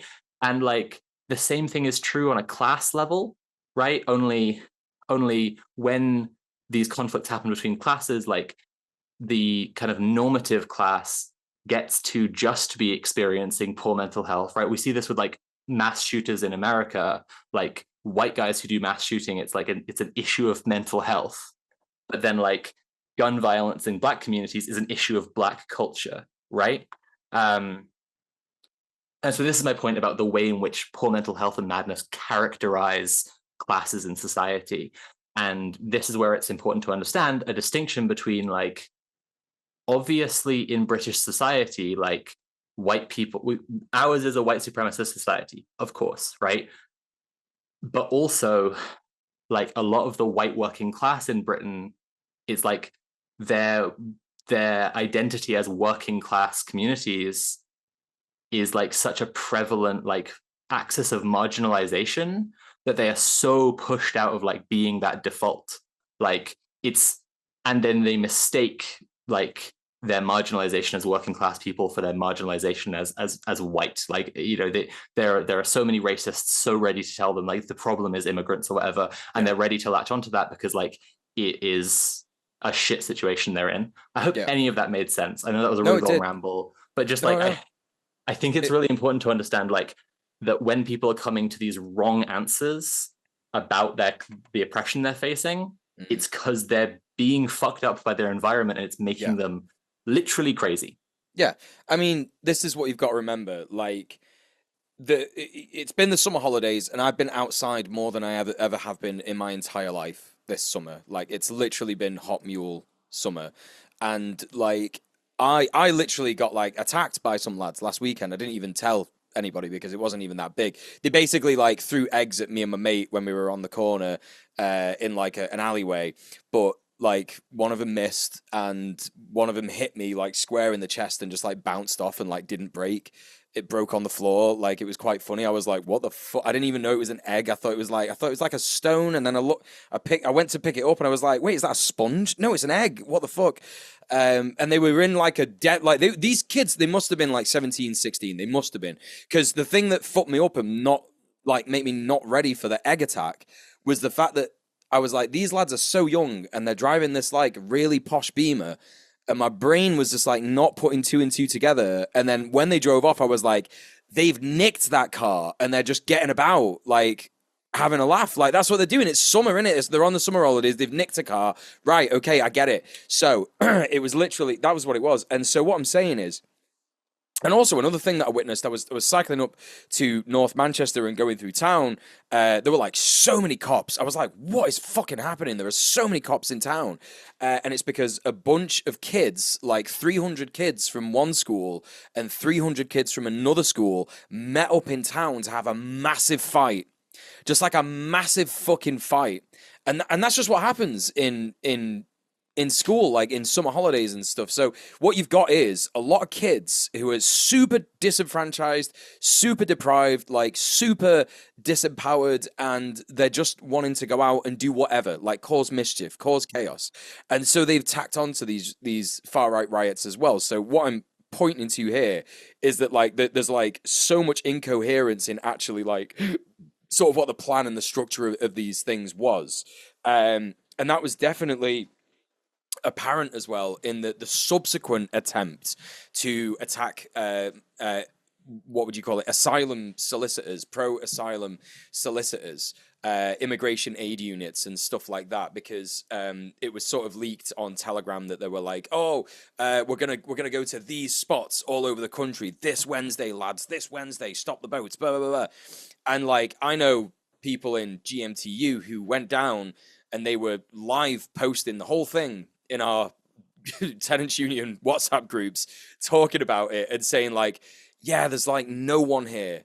The only people that are here that are like doing this anything is like 4 kids on bikes. And it's like, yeah, because these 4 kids are fucking bored and you know, they think that this is a cool riot to go to, right? That's what it's about. So yeah, really important to sort of highlight the incoherence. And I think that incoherence, it doesn't just come from Waxy Lemon's inability to string, you know, proper sentences together, whether or not that's to do with his coke or addiction or whatever. You know, it doesn't just come from that, and it doesn't just come from like, you know, I guess like hearing Andrew Tate or Elon Musk or any of these other people online, because Andrew Tate and Elon Musk, they're just the same. They don't have these coherent points. It's mainly just like crybaby rambling in it. You know what I mean? Like super like, oh, I hate the fact that I'm being investigated for child pornography, so women need to die. Do you know what I mean? That's like Andrew Tate's whole shit, right? Allegedly, by the way. So yeah, no, it's not just from that. It's like Soph says, it's like this wanting to lash out at the world because you've got nothing. You know, you probably live in a, you know, when we're talking about housing, like, yeah, like they probably live in houses with black mold. Maybe they've been sick their whole life. Maybe they get bullied by some other kids in school because their houses are shit and this, that, and the other. So they have all these pressures. Yeah, and it's like the state is this. I think that, you know, you just touched on it, right? Like the deprivation. It's something I'm worried about not communicating to people who don't live in the UK is, or failing to communicate to people who don't live in the UK is the way this deprivation works. Like the difference between like London and England, the difference between London and the rest of the entire UK, because like because for one, most influencers live in London. So like, but people who are, if you get your impression of the UK from the mainstream media, that's all in in London. All the politicians are in London, the celebrities are in London, and if you get it from social media, all the influencers are in London. And it's like it is a like this is okay. This phrase sucks because all the racists say it, but it's a different country. The racists say it because they mean there's a lot of black people in London. I mean, like it is like constitutionally, economically, infrastructurally, superstructurally a different country.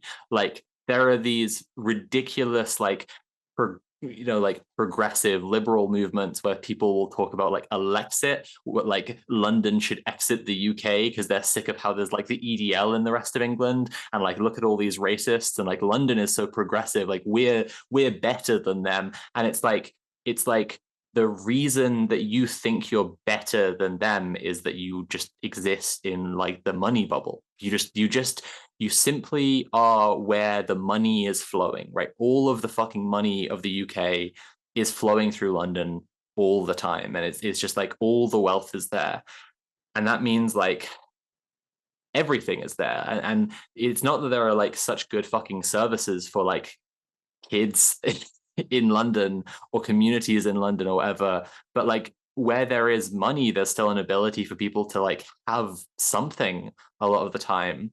And by contrast, like if you're in these underserved communities in the rest of England, it's so hard to fully communicate like how much you are being told by your environment, not just every day, but every second, that you don't matter.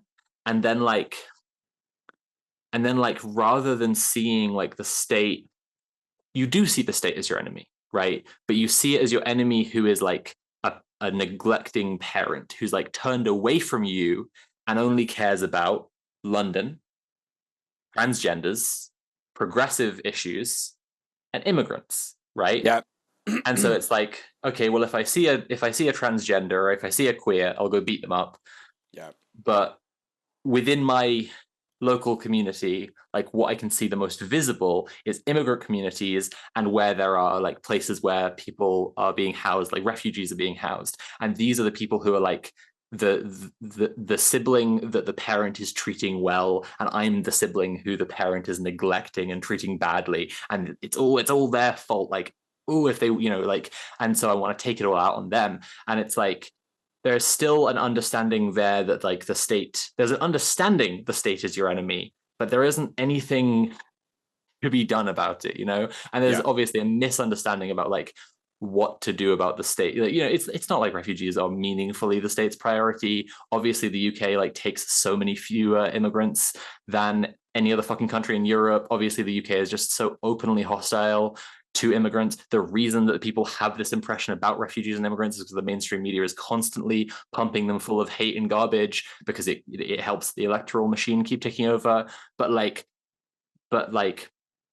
that belief is so misplaced because it's like thinking that you can take it out on them rather than just attacking the state directly. And then even if you were to get the momentum to attack the state directly, your goals would then be to carry on taking it out on the immigrants. It's just, I think like I said, there's a three-way split here. I think we're spending a lot of time kind of analyzing the far right side of it so far, and maybe we can talk more about the other kind of parts here, which is like the rest of the working class of the UK and like the liberal establishment. But like that is the mentality I think going on in the far right. Well, yeah, no, you're spot on, because at the end of the day, that it's a legit thing that you're talking about, this phenomena of Britain being London centric. And that is because most people who are involved in high levels of government live in London. A lot of MPs, when they become elected as MPs, they get a second home in London. They spend a lot of time there. Do you know what I mean? It's really sort of a thing that happens. It's actually one of the biggest things that you learn about when you're a kid in the north. Like, you go and visit London, and actually it's completely overwhelming because there are just not nearly as many people where you're from, and you see like how expensive everything is. That's like one of the biggest thing. It's like, how do people afford to live in London? Are they all rich? They're not like me. Do you know what I mean? Like it just strikes you straight away. Even if you're going on like a school trip to go to fucking Madame Tussauds or the London Dungeon or something, you know what I mean? It's like, you know, it's one of them. And I think that, yeah, you get that immediately if you're a working class person who lives outside of London. And yeah, you're just right. Like it either becomes, oh, okay, I'm gonna fall victim to this reactionary nonsense from the media, or, you know, my dad or my mom or whatever. Or you become a really, really based communist. And sometimes that happens even if you have done the first step as well. But yeah, Tim, how's it going? You understanding all this? I think I'm getting it. Yeah, like I mean, I don't think it's like too dissimilar from, you know, like what's happening down here. It's yeah, no, I totally get it. Good. Yeah. I think there's some history to this as well, which I think it's worth having a little bit of history of like the North, which is like the broad strokes would be that there have traditionally been enormous working class communities, and during the Industrial Revolution, like so much industrialization happened through the North. Obviously, like Marx and Engels were in Manchester for a long time, like because there was all that industrialization happening there, the birth of the like English proletariat, like famously, right? But it's like because of that, then there was all the labor organizing there, and because of that, there was the antagonism toward the state, right? And like I think that do I want to get into a Game of Thrones metaphor? It's like there was this sort of, you know, like before time where it's like, you know, you just have a sort of like the like big houses of England that like control different areas. Like the if you know a bit of English history, like the House of York, like the fact that there's this huge area of England that's called Yorkshire around the city of York, like it's named after a family. There was a family called York. In fact, if I'm doing the Game of Thrones thing, the Starks are just literally the Yorks, and the what are they called? The Lannisters are the Lancashire. Yeah, originally the Jorviks, right? Yeah. And then the Lancasters are what the Lannisters are named after. Like there's a lot of just like direct historical parallel in Game of Thrones. And the metaphor I was going for is the fact that like there was just like this alliance between like kingdoms of the, you know, it's the United Kingdom, right? Like it's not just between England, Wales, Scotland, and Ireland. It's between like the many little bits that were ruled by big families. And that's sort of like the previous context when things were on almost a more even footing. And then the Industrial Revolution happened, and then the labor organizing happened at this time when like the state was becoming more and more and more centralized in London. And then like you know, through the 20th century, like, and especially through Thatcher, like there just became this sort of like eternal blood oath among our politicians and our whole political class, which includes the media class and includes, frankly, like every mainstream fucking commentator of the UK politics, and sadly, like a lot of British leftists. I really mean like leftists, to just say like fuck the North forever, like just this deep like demon sworn blood oath of just like fuck the North forever. Because all of our commentariat, all of our like, you know, what's the intelligentsia, it's all London, right? And it's primarily people who went to private school, who have been, you know, educated through Oxford or Cambridge or like other very high-end universities, like in that sort of milieu. And so like again, this still infects the left because it's like people who can get a platform are still people who have money and privilege and access in the first place, and like who you know is so important. And so like if you know the people in the like Owen Jones made such a splash into the scene, like being this leftist commentator, and he's become a bit of like the token leftist in a lot of panel discussions. I'm not roasting Owen here, like he is also Northern, although a plastic Northerner, but like he is a plastic Northerner now, yeah. He says it himself. But like he made a splash into the scene because he was like someone who went to Cambridge and wrote this book called Chavs, which is analyzing like the open class antagonism in the UK, and like how much like the ruling class, and then like the middle class, which is just like everyone with like a certain income, a certain amount of privilege, who the ruling class duped into seeing the same as themselves, like just openly despising the working class and kind of the North by extension, because so much of the working class of England is the North and culturally is the North, and there's an assumption you just hear a Northern accent, it's like this must be a poor person. Yeah. Like Yeah. Yeah, it's like yeah. there's like even like memes about it where people sort of do Northerners in like a film, and it's like someone going, "Oh, I've come out of my hut. It's made of mud. Oh, Prince Poncy boy from down south." Well, you know, like, oh, it's just like nonsense. I mean, it's kind of true. It's a little bit true, but like, but it's, you know, it's You've got we're proud of it. Down us. Yeah, we've got batter all down us, and gravy and pies. But like, you know, here's the thing: and poppers actually sometimes. Got poppers all down you, yeah. Got poppers all down me. It's giving me a big rash. But no, where was I? Sorry, we were late for the show because Newell was telling us about gay sex. Can we talk about it's shit and it's meant to be shit? I think that's a useful place to move the discussion. I did want to add something on. I've remembered what it is. Go on. So it's like the disenfranchisement of the North is something that has to be picked up by Northern activists, right? It has to be something that's picked up by people organising either in Manchester, in Newcastle, in Liverpool, in Leeds, in York, in Sheffield, like, you know, Carlisle, wherever, right? And this is the kind of work that like Greater Manchester Tenants Union is having to do now. Like we're having to we organise in Middleton, and in Middleton it's not uncommon to walk into the Wetherspoons and hear someone just talking about foreigners, right? It's just a thing that happens, right? Yeah. But it's like, how do you do that? Well, you know, the way that you defeat racism is you basically help communities understand that racialized people are not responsible for their problems, right? So you politically educate them.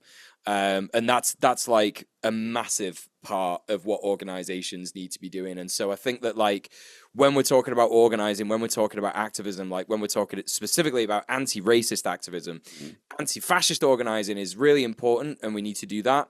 But there's a lot to be said for when there are no direct threats of fascism, like in terms of no direct threats of fascist organizing. We need to be doing the work. We need to be doing anti-racist work. We need to be doing pro-queer work. We need to be doing community organizing. This is how we beat fascism. And actually, like I think a lot of why organized fascism has sort of declined over the decades here in the UK is probably because of the amount of pain that people are having under the material conditions that we have under capitalism. And I think that this is like actually a ripe time to be organizing communities. And it's not that hard. I'm going to be real. Like I was talking about Harper Hay, and you know, a lot of people get, you know, when you mention Harper Hay in Manchester, people are like, fucking hell, you get fucking stabbed around there. You don't. I've been loads. Do you know what I mean? I've been literally, I've been at night, you know, it's all bollocks. Like, yeah, there are people. I'm not saying it doesn't fucking happen. Like, of course it does. But, you know, at the same time, it's like, if you are, you know, scared of a place and you don't want to organize in it, then that's up to you. But someone has to do it. And it can just be literally the case of, right, let's find a neighborhood community center. Let's ask them if we can have a room for an hour, and we'll just do something nice. We'll do like, you know, an activity. We could do like an arts and crafts session, and we can follow that up with like some political education. We can follow that up with like a film showing of something or whatever. Do you know what I mean? Because at the end of the day, people in these communities are screaming out for this kind of stuff. They've got fucking nothing. Do you know what I mean? Literally no community in their lives. The community has been taken away from them by fucking neoliberalism, and you know, they need people to help them organize and come together. Like, it's not going to happen magically. It's not just going to happen like that. Like, revolutionary optimism is great, but it won't just like come out of thin air, as it were. So anyway, let's move on. Sophie, as you were saying. Yeah. No, you're right. You're right, and you should say it. You're right about all of that. I think we should talk about it's shit and it's meant to be shit, because I think that. So something I texted about Mule about the other day, I was listening to an American podcast. I'm not gonna I'm not going to throw shade. I like the podcast. That's why I listen to it. But they were talking to someone from the UK and made this comment about like the difference between American and British politicians being that like in America, every public figure, including politicians, think they're the star of a movie. And in Britain, everyone knows they're scum, which is a funny thing to say. But right. But there's a certain amount of like training culturally for like how we're supposed to receive this idea and find it funny that distresses me because sometimes like a joke becomes this just like this thing you've heard a bunch, and so you're just like, yeah, that's true, haha, right? And like Mule, you reminded me of this when you said about like everyone thinks that everyone in the north just like lives in a hut made of mud, and like we're joking about you have batter and poppers all down you, like it's like, and it's true. It's true. I do have batter and poppers all down me. I do. But that doesn't mean that you're shit, that you're scum, that you don't deserve anything. Well, the jury's out on that one, but sure. I'm really on my mental health kick today. I'm just like, no, your feelings matter. It's, you have to value yourself. But like, thank you. This is I heard this thing in this podcast, and I immediately sent Mule this long fucking ranting voice note about it, because I was just like, we have to like challenge this idea, because like it is so deep rooted in British culture. We all deserve nothing, and we is the word that's fucking we there is the word that's fucking over the working class, because that statement that was being made in the podcast I was listening to, it's like the politicians know they're scum. Everyone in Britain knows they're scum, and implicitly that they deserve nothing, that it's meant to be shit, and if you don't like it, there's the door. Britain is just shit all the time, right? If we've all accepted that all together, there's this British pessimism that like is culturally ingrained, but it doesn't come from nowhere, right? And this is where I shift onto, if we've talked about the far right and how like there gets to be this misapplied understanding of like society's antagonism toward you among the working class of England and the UK broadly, like they can see that society fucking hates them. And as you were saying, Neil, like it's incoherent because like the political leaders of the far right are incoherent because they're doing so much fucking sniff, right? But people are just joining into it on sentiment, and they're like, society hates me and I'm going to just fight society, right?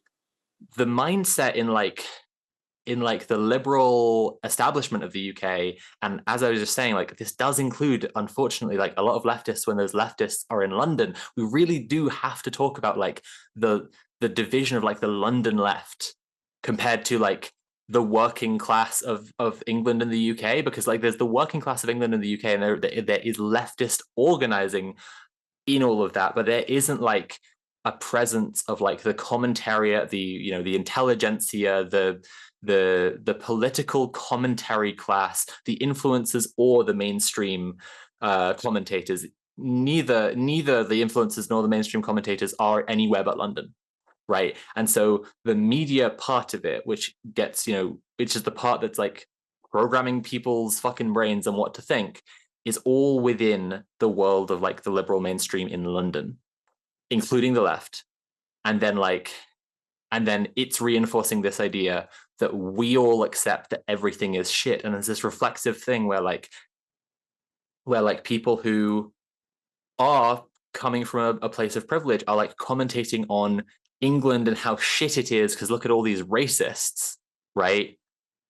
And it's like, what are you doing in that moment? Because you're reinforcing the idea that we all accept that it sucks, right? But you're actually not having that bad a time. Like you're having a fairly good fucking experience of life in the UK, but the people that you're speaking to are having an awful time, and you're telling them to be okay with it. What does that resemble? Every fucking large power structure in fucking history. Like that's Yep. fucking Catholicism, right? Yep.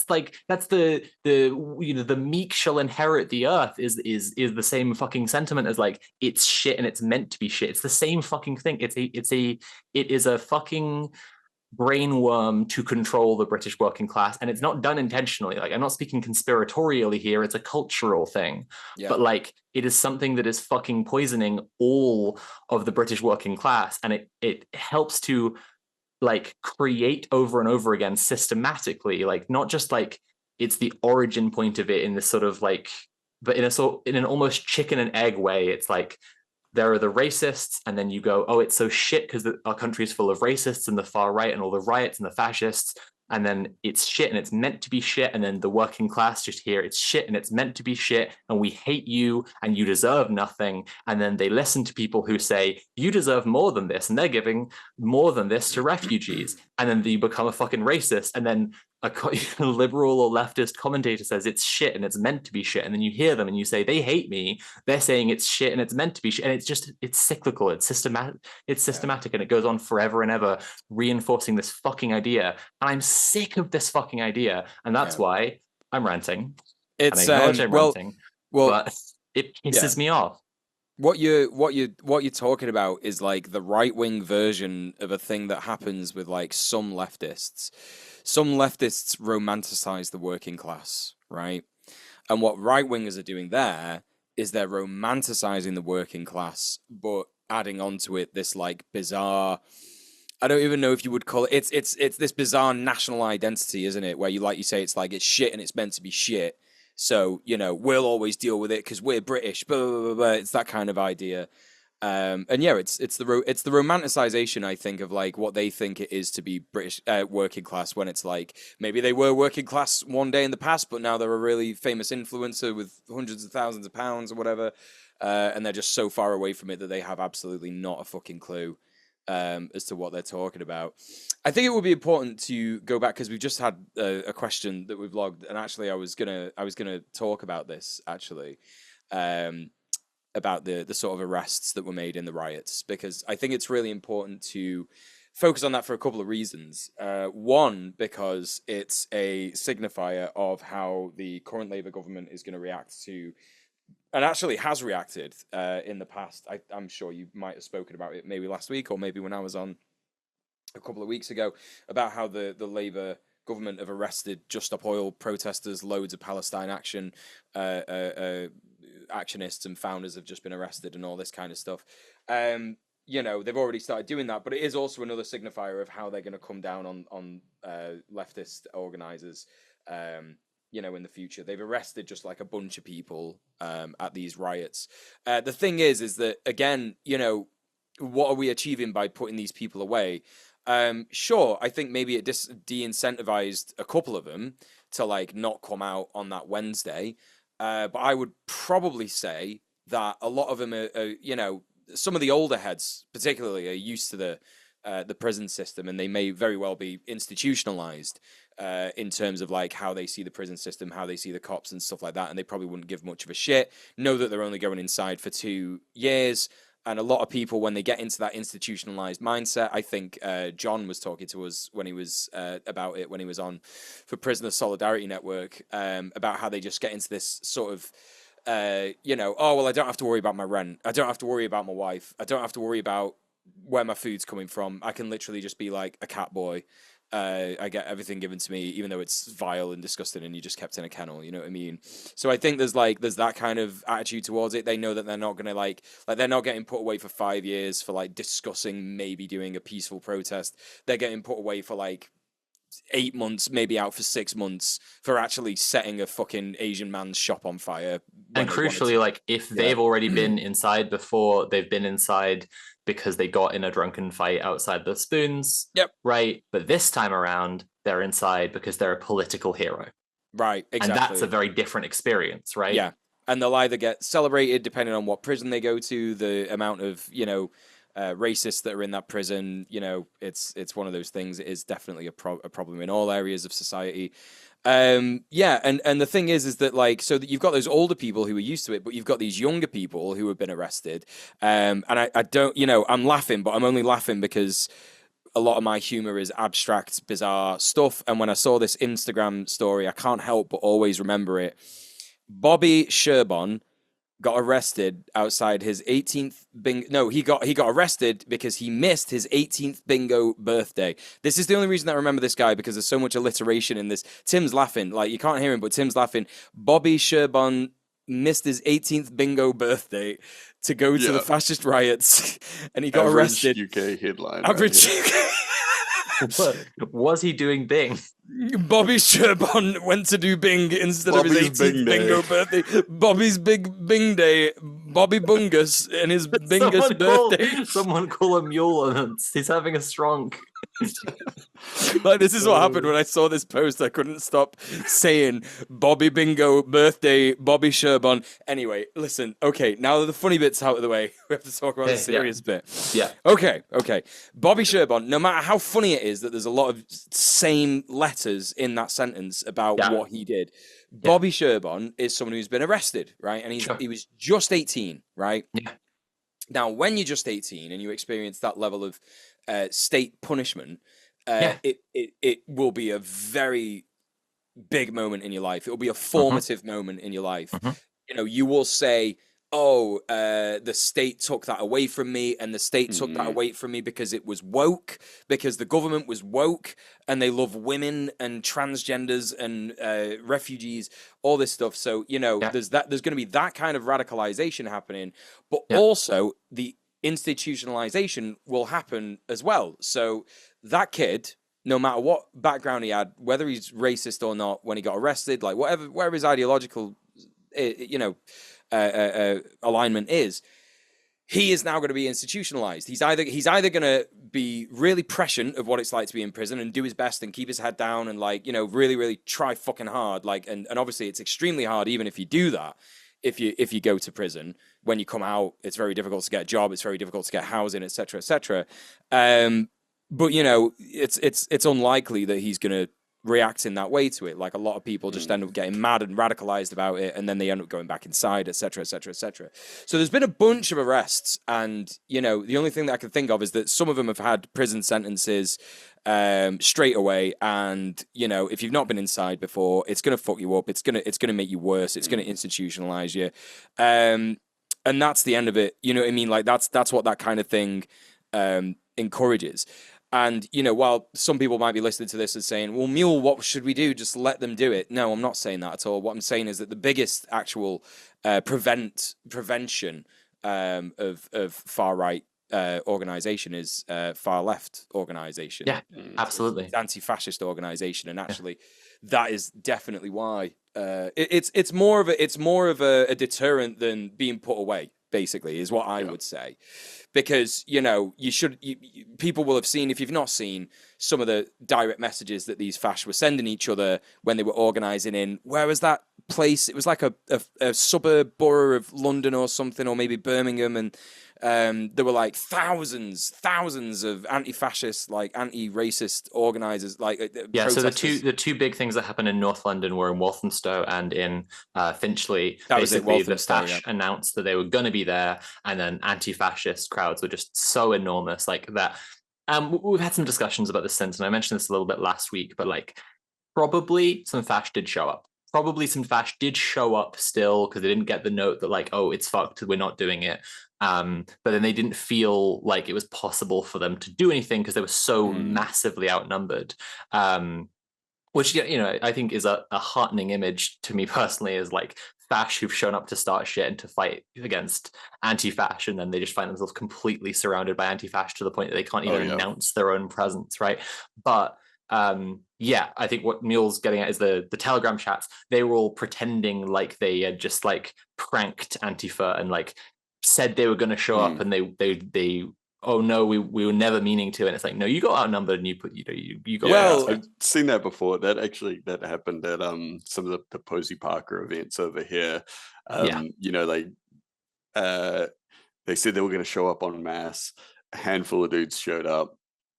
and then they just kind of like stuck to the side, and we're like, oh no, we're just here to observe, and then like left, and then they were like, oh, it was just, like we were just there to troll, we were just there, kick, all that kind of shit. It's like, okay, all right, you little cowards, whatever.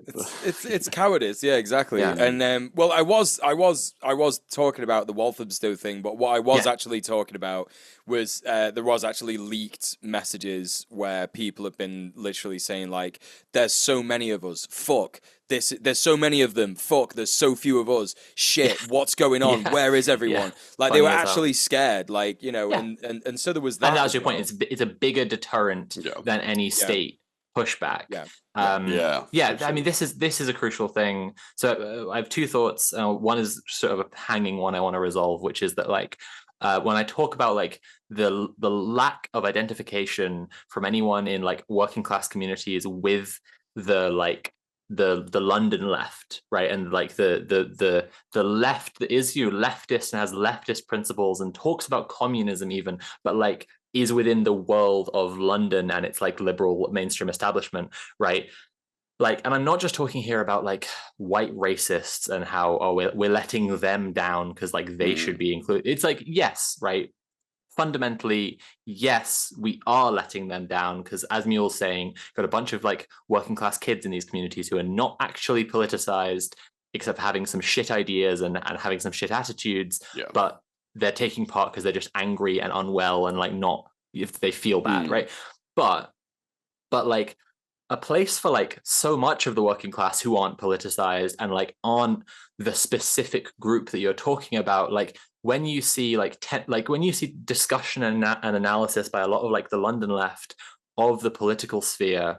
Okay, right. I'm going to go out on a bit of a limb here. I'm going to talk about trans issues for a second, which will be controversial because like I could be a TERF, but like the thing I want to say is like go on a bit of a limb and say, like with the obvious background that I'm a trans woman and I fucking care about like trans politics in the UK because my basic existence, the amount that like transness has become this like foregrounded thing about such a tiny minority, right? The perception of like trans people as like a privileged liberal issue of like university kids, right? It's like this does like, I'm not blaming trans people obviously in like the way in which this turns people away, but like if you see here's an example of a discourse that I have had with someone recently, right? Like or with several people, like is the Labour government is talking about bringing in misogyny as a hate crime, or misogyny as like even going as far as like terror charges in the discussions of like how horribly women are treated. And like this has its own issues for like just the expansion of police power, right? Fucking it was a cop who murdered Sarah Everard, right? Police being the ones to deal with like patriarchy and like sexual violence and misogyny is not the answer in any fucking way whatsoever. Like this is the way that should be being dealt with. But then like the thing that I've seen like occur to several people is like, well, it's a fucking TERF government. Like the Labour government is super sympathetic to TERFs. So when you see them bringing in like, we'll treat misogyny as a hate crime, oh no, what if they who will they define as being misogynist? Will they define trans women as being misogynist by existing, right? And it's like if you give too much, if this is the only discourse you care to have at all, and you have just no interest in discussing how to fucking improve situations for working class people whatsoever, it's not an issue of like you're doing something so wrong because they tune into you and they do hear you and then they think you're gross because you're talking about anything that they don't care about. Like that's all a wrong construction. It's just there's no place in your politics for someone who like cares about their as Mule said earlier, like, their fucking rental accommodation is like full of black mold. They can't get a job. Their family are all poor and on benefits, and like everyone they know is taking drugs, and like just like the enormous deprivation is like never discussed because it's assumed to be something that's eternal because it's shit and it's meant to be shit. And if you don't like it, there's the door. So the only thing that's worth discussing is like which progressive politics in which like specific small ways like fit together in London and the London political sphere, and like we're just not even going to talk about the rest of the country. Yeah. Right. And that's think, the fucked thing, is the I think lack of talking about it. Yeah. And I think also there's something to be said about like the rhetoric that was seen online, because I did go a little bit online. I actually boasted before when I said I came onto the Zoom and I spoke to Conrad and I said, "What's Twitter like? I've not been on it for 3 weeks," and he hadn't either, so it was just a pointless conversation. But you know, I did have a look at what was sort of going on online. And what a lot of people were saying was, why aren't people calling these Islamophobic riots? Right? Why aren't people calling these Islamophobic riots? And I agree. I think there was definitely Islamophobia in those riots, but also if you're going to say Islamophobia, then you also need to say anti-black racism. You also need to say anti-migrant rhetoric. You also need to say transphobic rhetoric. And that's where like a lot of these discussions get really hung up, like you say, on just having like the correct take. Right, it's like, no, we have to have the correct take, not like the all-encompassing actual analysis of like what is happening in the situation. Like, if we're going to talk about the hate, you know, the entire week before these riots was every single person in the world talking about whether Imain Khalif is a woman or not. Right, that was the entire conversation. It was on the fucking mainstream news. It was all over the place. And you know, I was getting about the city, sort of like having a look and seeing if, you know, anything was kind of happening after the big day of fascist riots in Manchester. And the one thing that I came across was they tried to fuck up a leather bar in the village. You know, and that's a whole thing. It's like, well, you know, are we going to talk about the queer phobia, or are we going to talk about anything else? Like, you know, and yeah, someone in the chat has just said riots, like, make it sound like some football thing, and it's not. And it's like, the answer isn't calling them Islamophobic riots. The answer isn't calling them, you know, transphobic riots, you know, this, you know, single issue thing. It's they're fascists. Like, that's the thing that we should be saying, that people should be saying, like, they're fascists. And there's a lot of talk of people saying, oh, well, some people don't understand what the word fascists means. And it's like, no, you're wrong about that, and you're like infantilizing people if you're saying that people don't understand what fascism means. Of course they fucking do. It's like, you know, one of the first things, even if you're a reactionary, you understand the word fascism. It's when you're getting like, you know, obviously you don't think you're the reactionary, but you're like, you're being oppressed and told what to do and this, that, and the other. So yeah, I think that's a really important thing. And of course, this all came about from you know, Elon Musk and there was a lot of this stuff going on as well in Manchester. I don't know if I've mentioned this. I don't think I have. But like some of the anti-fascist response was like a little difficult to sort of organize, because there was a lot of like fake stuff happening. So some person who said that they were a police officer but like off duty went into a like known trans friendly bar in the Northern Quarter. It's a place called what's it called? Feel Good Club. And they went in there and said, there is going to be a riot in town later. You need to close and send everybody home. Right. And they did. Right. They didn't even check if this person was a real policeman. They didn't do any kind of actual like looking into this stuff. They just did. And there was also the owner of a building, a block of flats, and also there's a nurse's clinic in Salford where my friend works. She also said that they'd had an email that was like a quote unquote tip off, right? A tip off to say, oh, there's going to be riots in Salford today. None of that happened, right? And the only feasible sort of explanation for that is that a bunch of bedroom, mum's basement, wanker fascists from America got onto this stuff, found the public-facing emails of these companies and went, there are going to be riots here today, and sent them out and just trolled a bunch of people about it, kind of thing. So I think like what should really be like a big sort of topic of discussion whenever discussing this stuff is the stochastic terrorism of these people online, right? Because what we find is that, like, you know, when you speak to these people on the ground, they're just repeating a lot of the same stuff that Elon Musk is saying. They're repeating a lot of the stuff that Andrew Tate is saying, that Tommy Robertson is saying. It's about those platforms. And yeah, you know, like, it really, really important to sort of like understand that, like, you know, anti-fascist organizing, you can't just be like, the moment that somebody says, someone who isn't an anti-fascist organizer, they're just an average Joe manager who like goes, oh my God, the police came into my workplace and they're talking about the riots, I need to close down immediately, right? And then you can't just like get that information from that person and go, right, we need to mobilize in Ancoats today. Because it's like, well, what, hang on a minute, how many people are coming? Where are they coming? What do they look like? What are they doing? What are they planning to do? What are they talking about? Where's the intelligence? You know what I mean? We need to have this like entire practice. It's like Alexis said, right? You know, Alexis was talking about the revolution in Syria. Revolution is a complete praxis, and anti-fascism is a complete praxis. You have to have everything. You have to have community education. You have to have intelligence. You have to have boots on the ground. You have to have food, you know, catering, you know, all this kind of stuff. It's everything.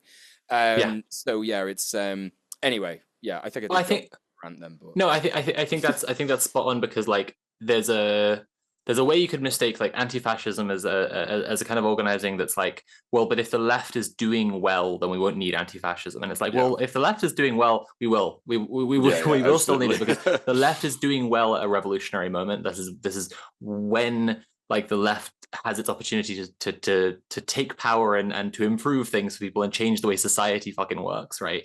And at that same moment, there will always be fascists. At that same moment, there will always be reactionaries who are like, we should seize power and we should make it shitter. We should make it more like it already was, but more intensely and worse for minorities, right? And like identifying fascists as fascists is you know, one part of that, as you say, it's a complete praxis. One part of that complete praxis, and then resisting them, and then showing up in massive numbers to show that like your community is anti-fascist, and just making fascists feel fucking ashamed of themselves and ashamed of being a fascist, so they give up and they go home. And then like the further step is recognizing the fascism of the state, and like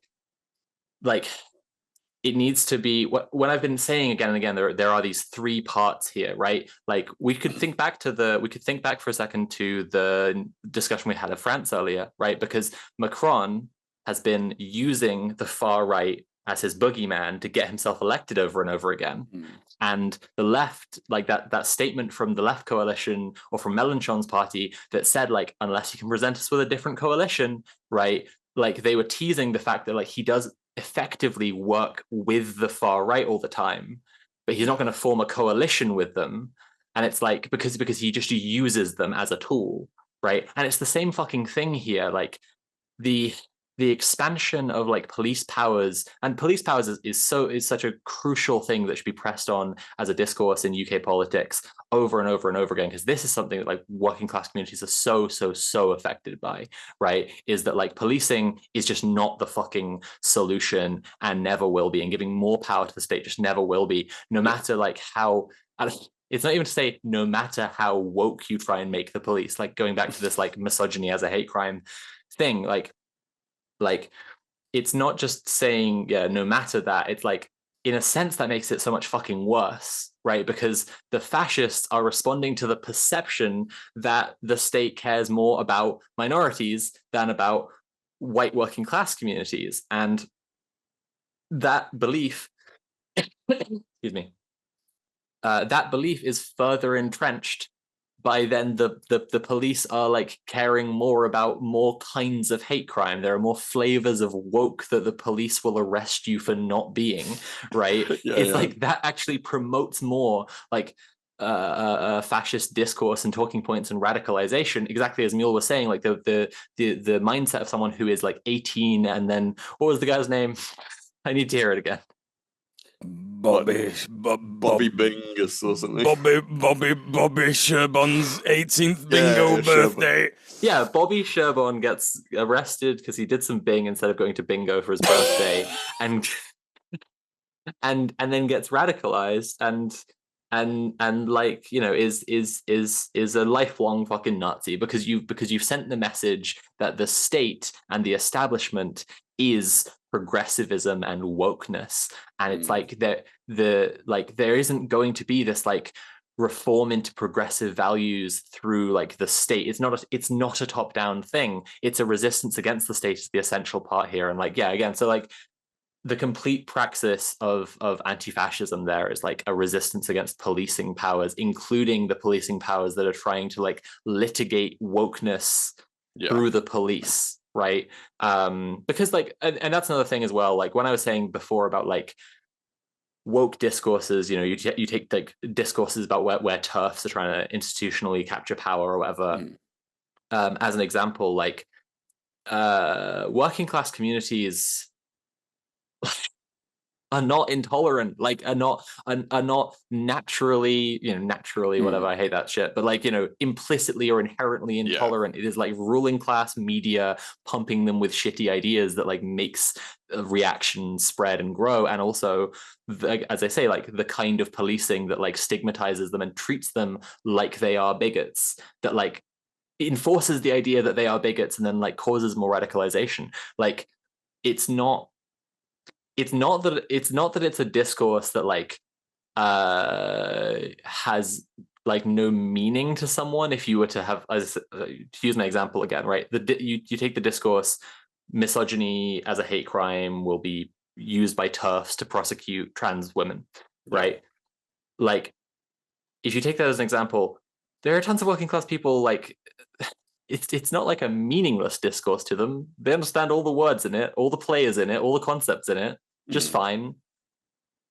But it just isn't offering anyone anything at all, Whereas if what you're doing with like your position as a leftist is to organize your community and to talk to others about how to organize their community, that's actually making a fucking difference. But yeah, I think that as Mule said, like if you talk about it as being either Islamophobic or you talk about anti-trans stuff or you talk about it being anti-black racism or whatever, like singling an issue down to something, like it's even better to just call them like anti-woke riots. But like frankly, yeah, as Mule said, like it's still infantilizing. Like people understand what fascists are and they can see Nazis and be like, that's a Nazi clearly. Even when it's like completely incoherent. The thumbnail we've got for this episode actually has a picture that I found fascinating during all these riots. Someone was holding a St. George's Cross flag that someone spray painted Anarchy A, the Anarchy A in a circle onto all four quadrants of the flag. And it's like Nazis who are holding this up, right? But it's like that speaks to the incoherence of this so well, because to them, anarchy is just setting fire to things and just smashing the system and tearing it down. And therefore, like, there is this complete blend of like, and it is a classic thing going back in British culture, like punk and anarchy and I was literally gonna Nazism. say that anarchy in the UK, like like it's a thing I think I might have even mentioned on the show before, but like there are people who I have had like shitty comments or whatever from, like I would even like, in passing refer to it as like a hate crime or whatever, because it's like bigoted comments towards me from guys who are just like fishing in the park and drinking beers in the middle of the day because they hate their wife and don't want to be at home. And like when I call it a hate crime, I'm ultimately like giving credence to some idea about law, which is obviously the arbiter of all morality, and how things should be litigated through the police there, and how like tensions between social classes should be litigated through the police there. But it's like they're saying shit like that because they see it as a rejection of like politeness, because they see it as a rejection of all the same things that are establishment and are liberal and progressive and part of society that is treating them like shit. There's actually a really similar thread, I would say, with down here with a lot of gangs who were like a lot of the ones like particularly groups like the Mongrel Mob that were founded by people that were victims of the state, like victims. You like, told us about this with the Borstal system before. Yeah, exactly. And then they came out and they formed these groups that were like their new kind of like family units, but they put themselves deliberately at odds with like polite society. And so they did this and this is like predominantly like, you know, I would say like something like 95% young Maori dudes that came out and like tattooed swastikas on their foreheads would just like go out and just do, you know, like just commit random like crimes and vandalism, all this kind of thing, just because they were like, whatever we do, it's at odds with, you know, it's at odds with the system that's harmed us. Even like there's like a lot of stuff as well where they're um like the whole thing with like the mongrel mob and like being like a dog, and they're like, you know, like we're like dogs, we're not men, you know, like this thing where they're like putting themselves outside of that, and which, you know, ends up in them like it's been a long time, so there's like elements of this gang now that are actually like really progressive and like do like social programs, and like, you know, during COVID, like they were doing organizing like mass vaccination runs in small communities and doing a lot of mutual aid and stuff. But then you'll still get chapters where it's like, oh, there'll just be some guys in town that will just be like barking at people and like you know, just like wild shit like that. And it's like a lot of people are like, oh, I don't understand them or whatever, and it's like they're just like they're rebelling against you know, like this kind of like idea of like what, you know, like the social order and all this kind of stuff like that. And it's like to be violent and provocative like that is a form of kind of like, you know, like a rebellion for them. They just don't have like a, you know, any kind of like ideological framework to perform any kind of meaningful rebellion. So Yeah, yeah. absolutely, absolutely. And then I think that like when it's like the problem then in the this third element, right? When you've got the fascists and they are responding to like what they see as like wokeness is just part of the establishment and the ruling class, like the third element, which is like the broadly unpoliticized working class, which includes the like minoritized communities who have been like under attack by the fascists, like feel like they're choosing between the fascists or the liberal mainstream and the and the ruling Yeah. class, right? Like I mentioned this last week in passing, but like someone I know was telling me about a meeting at a mosque following the riots, where like basically Mule, I don't know if you know anything kind of similar to this. So I'll tell the story again and see if you have any reflection on it in around where you are. But like basically, there had been this community meeting, and it had been open to the local community, and there were like a lot of white people there, and they had invited the police, and then they were like congratulating the police on like keeping them safe after there had been the riots and the threat of violence from the far right, and like it's obviously a time when that minoritized community feel really scared and want protection, but like what they were what they were doing was like basically inviting in the white community nearby and saying to them like like trying to like basically say we're choosing the side of the state and the Yeah. establishment here, and that's what they were doing in like congratulating the police. And it's like it was not the police who stopped the fascists, right? Like Yeah. the fascists would have been completely happy to show up en masse with the police to fight, because again, like it's like a fucking game where you're just put in timeout. Like when it comes to like that institutionalized thinking, if you like fight the cops and then you go to jail, like it's not the end game. Whereas like it's fucking game over if the whole community shows up and says we are anti-fascists and we Yeah. will just fight you, and we will fight you every day until you stop being a fascist because we hate fascists, right? And so it's like the anti-fascist shit that like stopped the fascists, but this meeting was congratulating the police. And like that I think is that this moment I'm talking about, right? When you have these three elements where like where the working class will mistakenly choose the ruling class and the state Yeah. for protection if they just don't feel like the leftist organizing is there and is doing what it needs to be doing. Mule, I don't That know if you know is, kind of similar stuff yeah. around you. Oh no, absolutely. Well, our anti-racist committee in GMTU did a statement talking about the riots and stuff, and that included a part that said if you're feeling unsafe, call the police.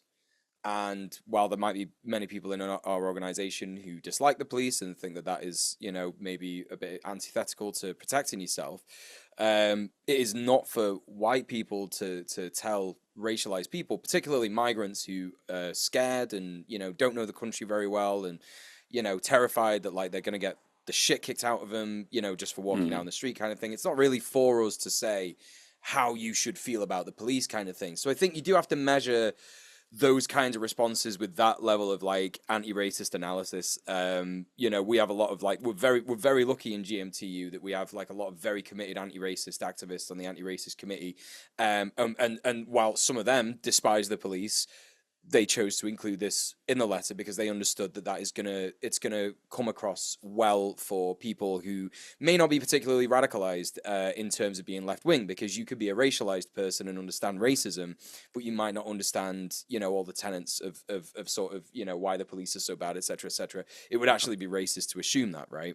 And so that's why I think that kind of thing is like interesting, but also it depends on how it happens and how it like, you know, how it's communicated, how it's spoken about, how it's discussed in communities and stuff like that. Like the last thing you want is a bunch of white people going like, "You're wrong, the police are bad," because that's just gonna feel real. That's gonna be the worst vibes.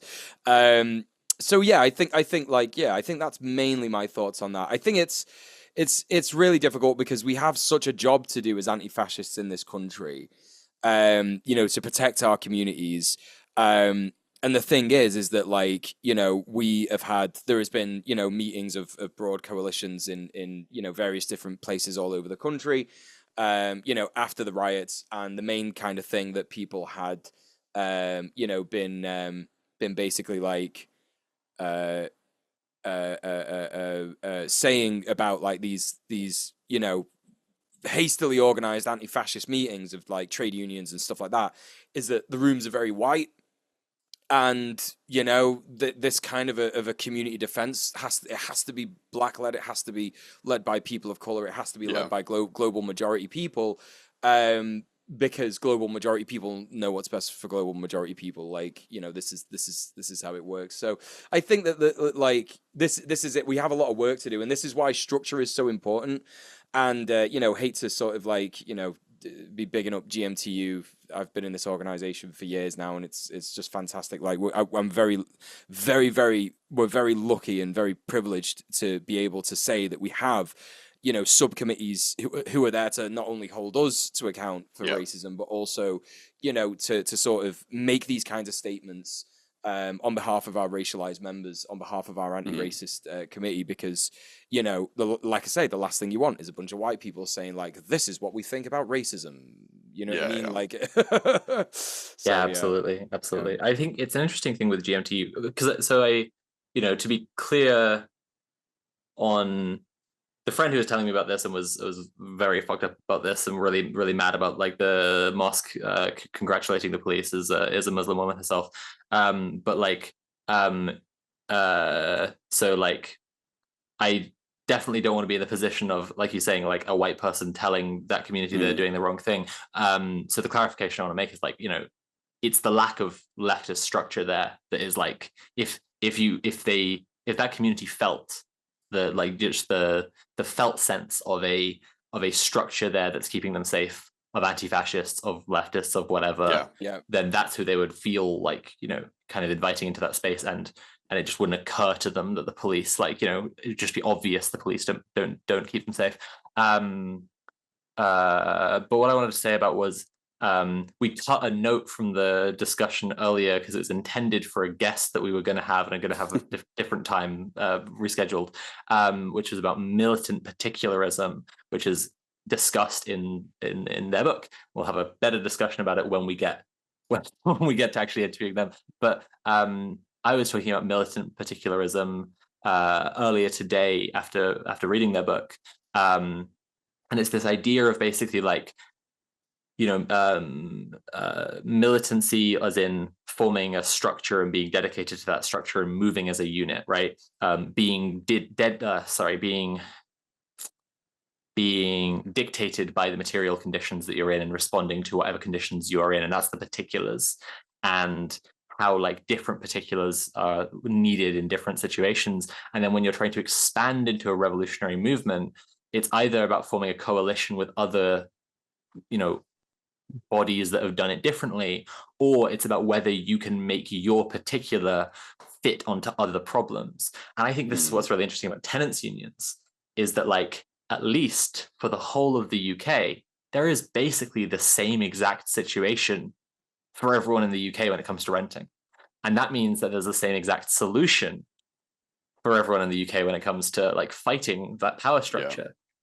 And that means that like there is a huge opportunity for like tenants unions specifically to like build so much community power that is able to be that exact kind of structure that can help people and help working class communities, and be something that people turn to when they're scared and need like the organizational home that they, you know, like turn to, or whatever. Yeah. That was one of the first things that like a lot of our members did during these riots, is they immediately, like, members who hadn't chatted in the WhatsApp group chats for ages, years, had like started chatting and started talking about anti-fascist organizing, and talking about, you know, and some people were going, oh my God, what's going on? I'm so scared. Some people were going on, this is ridiculous. We need to fight against it, blah, blah, blah. And so it was that kind of like, we were at that time, that community place for, you know, people who were like, shit, we need our community right now. We don't have a community. This is the closest thing we've got to it. And you're right, like housing is intersectional. It's why I wanted to start organizing with GMTU in the first place. It's because I realized that like actually landlords are one of the biggest problems in this country.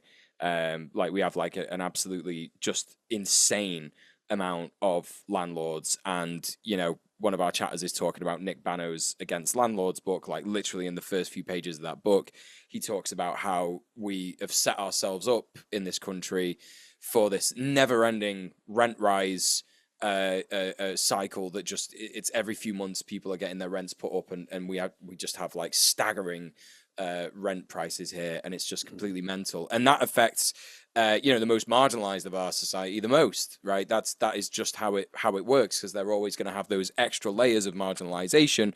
Tenants are vulnerable, but racialized tenants are vulnerable, you know, working class tenants are vulnerable, queer tenants are vulnerable, etc., etc.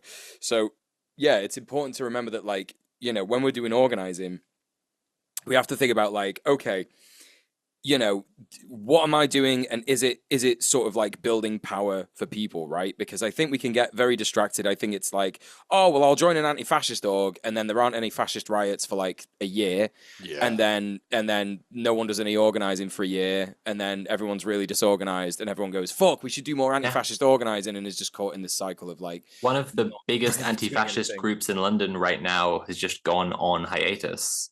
Right. Like basically the week of the riots is when they officially, like the assembly essentially declared that they were just like not sure what what their structure needs to be, and they're gonna like take a break while they're figuring that out. And it was just like the same week as the riots. You have to have structures that are building power for people, that are making people safe, and anti-fascism has to be at the heart of that. I think that's what it has to be. Like whatever you're doing, you know, if you're in opposition to imperialism, if you're in opposition to fascism, if you're in opposition to capitalism, that's only going to end up good, because those tenets are going to end up being prescient in the education that you give to your members.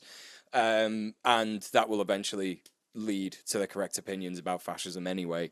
You know, that's so I completely agree with what you're saying about things like tenants unions. And it's not just tenants unions, you know, trade unions, you know, if there's ever anything in the UK like a queer union, you know, that could be a huge thing. If there's anything in the UK, you know, like a women's union or a racialized person's union, you know, these things are really important. They can build power, and they can also have this like massive political education power as well. We actually totally should have covered it in the news. We'll have to do it next week, but the stuff that's going on with the CFMEU in Australia at the moment, probably Australia's last like militant union, the government, they kind of like like center lefty government has pissed them off a little bit, and there's been some gigantic union-led protests in Australia at the moment, like huge, and it is amazing to see that there is still, because Australia has always had a much stronger, well, is at in contemporary kind of times or whatever, the union movement over there has been a lot stronger than over here. And so it's actually amazing to see an example of like a union that has remained militant, that has this huge like presence and membership and stuff, just actually be like, actually no, like, like we're not gonna just sit for this. So yeah, we'll come back to that. Maybe we can even find a guest to talk about it. But yeah, it's great to see these orgs that are still working outside of their initial kind of scope like that. Yeah, sorry, just a little tangent there. No, I think that's really interesting. I'd love relevant. to, if we can get a guest about that, we should absolutely do that on a future episode. I think that for now, we are reaching the end of the time, and we should do a Q&A. We've got a couple of questions here. The first one is from Jenny Azoff, which says, I have another interview coming up for a chemistry job, and I'm kind of scared that my disabilities will be similarly overwritten, though I have reason to believe this place is much better. The question is, if you're in an industry notorious for even blatantly violating the law to crush and suppress the value of rights of labor, how do you organize people like that? I would refer to our episodes with Matilda, talking about how to organize your workplace. At the end of the day, like, violating the law to crush and suppress the value and rights of labor is quite common in pretty much every company ever. So, if I understand that some are worse than others, for real. Like, there are some who do big union busting stuff, attempt to break strikes, massive hiring of scabs, etc., etc. But these things are always going to happen when you try and organize any workplace. Organization, from the conversations that we've had with Matilda, from what, and the stuff that I've learned from doing union organizing, is you just start by talking to people about their material conditions. You start to talk to them about their wages. You start to talk to them about their annual leave. You start to talk to them about the sick pay. You start to talk to them about all these things that that we should have. The 4-day week, 35-hour week, whatever. That's stuff that you should be talking about to begin those conversations. You agitate, and then you create a vision, and then you focus that vision with your colleagues and try and put that energy into organizing, finding someone who's an organic leader. I would also say, not boasting because it's not my training, but like I did a sort of like cliff notes of the Organizing for Power training that I did for part of the Jane McAlevey Foundation. We did an episode on that, so go check that out in order to like sort of learn about things like semantics and how you talk to people, how to do agitation, how to identify organic leaders and stuff like that. It was really helpful for me to sort of like, help in union organizing, so I would recommend that personally. Yeah, cool. I think that was a great answer. Yeah. Well, our next one, we have another question from Talks to Wall. It says, last week, I think you mentioned there's 500 people on the far right in the UK who are pushing for the riots. Sounded like most of them were arrested or ran out of gas. What's the current state? Yeah, so we talked about this a bit during the discussion because they saw the question in chat and then kind of directed the topic a little bit that way. But I think it is worth dedicating a little bit of time to talk about this again anyway, like directly answer the question. So what I talked about last week was that there was some analysis going around that like there are only about 500 of these fash who are like super, super dedicated, really, really trying and really going in hard, who are kind of leading the energy of the riots. And that shouldn't be mistaken for what we said about 500 people earlier, which was that, there were the largest riots were about 500 people, just kind of separate coincidence of numbers. But like, there were a lot of people arrested, right? And a lot of them were these like dedicated fash. And I think that like that analysis has been correct in pointing out that it's like been a flash in the pan because those dedicated skinhead Nazis were like the ones driving stuff, and now that they've been nicked, like they're not doing more stuff. But at the same time, like it's missing what Mule's been saying, and I think was saying kind of around this issue when we were talking about it earlier in the discussion, which is that like they will not get long sentences. They just will not. Like the in school, if you get good grades and then you do something bad, they're like, if you're in the fucking teacher's office and you and a friend both did something bad, one of you gets better grades, and they wheel out that phrase like, I expected better from you. Yeah.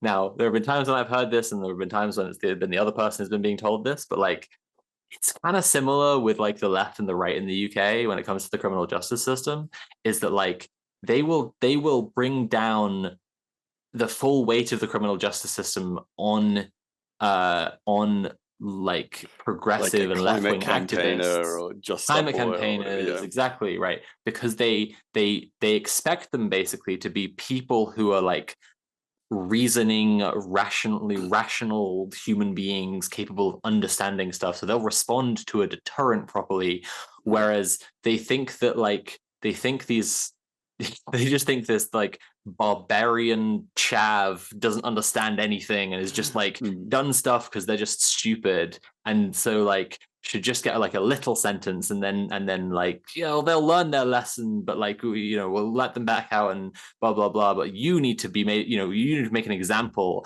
of when good rational progressives are behaving badly. We should really like punish them, and that's kind of like I think the rationale that is always at the heart of this distinction. Like it comes out as a right-wing bias, but I think this is like the mindset that goes into why like they give these like more lenient sentences to far-right people. And they just will give more lenient sentences to those fash. And so like it will be a flash in the pan for this moment, and then in a little while literally every fucking one of those guys will be out.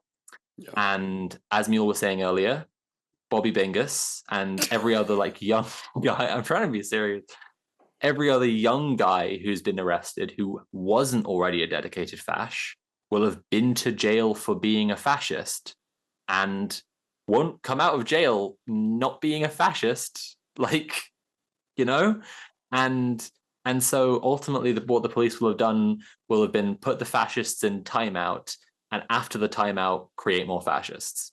Yep. So thanks police. Look what you did. Thanks, police. Thanks, and police. If then there are fewer fascists, it's because of anti-fascist organizing only. Only because of bottom upward community, grassroots community anti-fascism, right? It's just not. And that's to answer the question of what's the current state. That's the current state of things. So what I wanted to do to close off this discussion episode is read this big tweet from Searchlight Magazine. Searchlight Magazine is a UK magazine that has been investigating and exposing fascists and racists since 1975. And they did a little bit on Tommy Robinson today, so I'll just read it for you. Stephen Yaxley Lennon, a.k.a. Tommy Robinson, has been at the gear again. In his latest online missive, he rants that our rights and freedoms are being taken from us, and he, fearless fighter for our futures, is going to scream it from the hilltops. Now, we have to ask, which hilltops are those, Steban? McGillicuddy's creeks, the white towns of Malaga, the mountains where you made those 5-hour sweatless treks in Greece, or some new panic phase bolt hole in remote yodeling country? Because of all the hills in England are looking conspicuously de-Yaxlified at the moment. And they're going to stay that way, aren't they? Because Lennon's goodness knows what fueled paranoia has now reached a pitch where UK authorities have escalated their persecution of him to the point where they plan on, quote, putting me in jail and getting me killed. Of course, there's an SAS death squad already serving time undercover in Belmarsh, just waiting for the Luton leprechaun to turn up for his porridge. No doubt about it. Phew! We do hope that those followers of the boy from Balberbury who have put their money on his turning up from the next scheduled court appearance in October. Luton leprechaun is doing me in. We hope those followers of the boy from Balberbury who have put their money on his turning up for his next scheduled court appearance in October have managed to obtain a very long price on Betfair. Coming soon, the Archons have put out a contract on me, and the Aquamphibians are following my ferries with their mechanical fish. So there you go, little bit of a bit there for you. Yeah, that's good stuff. Thank you for telling us that. Yeah, Britain's oldest anti-racist magazine or something. I think that when Tommy Robinson gets too much legal trouble to be able to go by the name Tommy Robinson anymore, he should change his name to Bobby Bing. Bobby Bloody Sherbon's 18th bingo birthday. He's like something out of Mad Magazine or something. That's why I was laughing. Okay, it's been Red Planet. We don't have any homework this week, which except just like organizing your community. It's the same one as every week. It's the underlying homework that always is.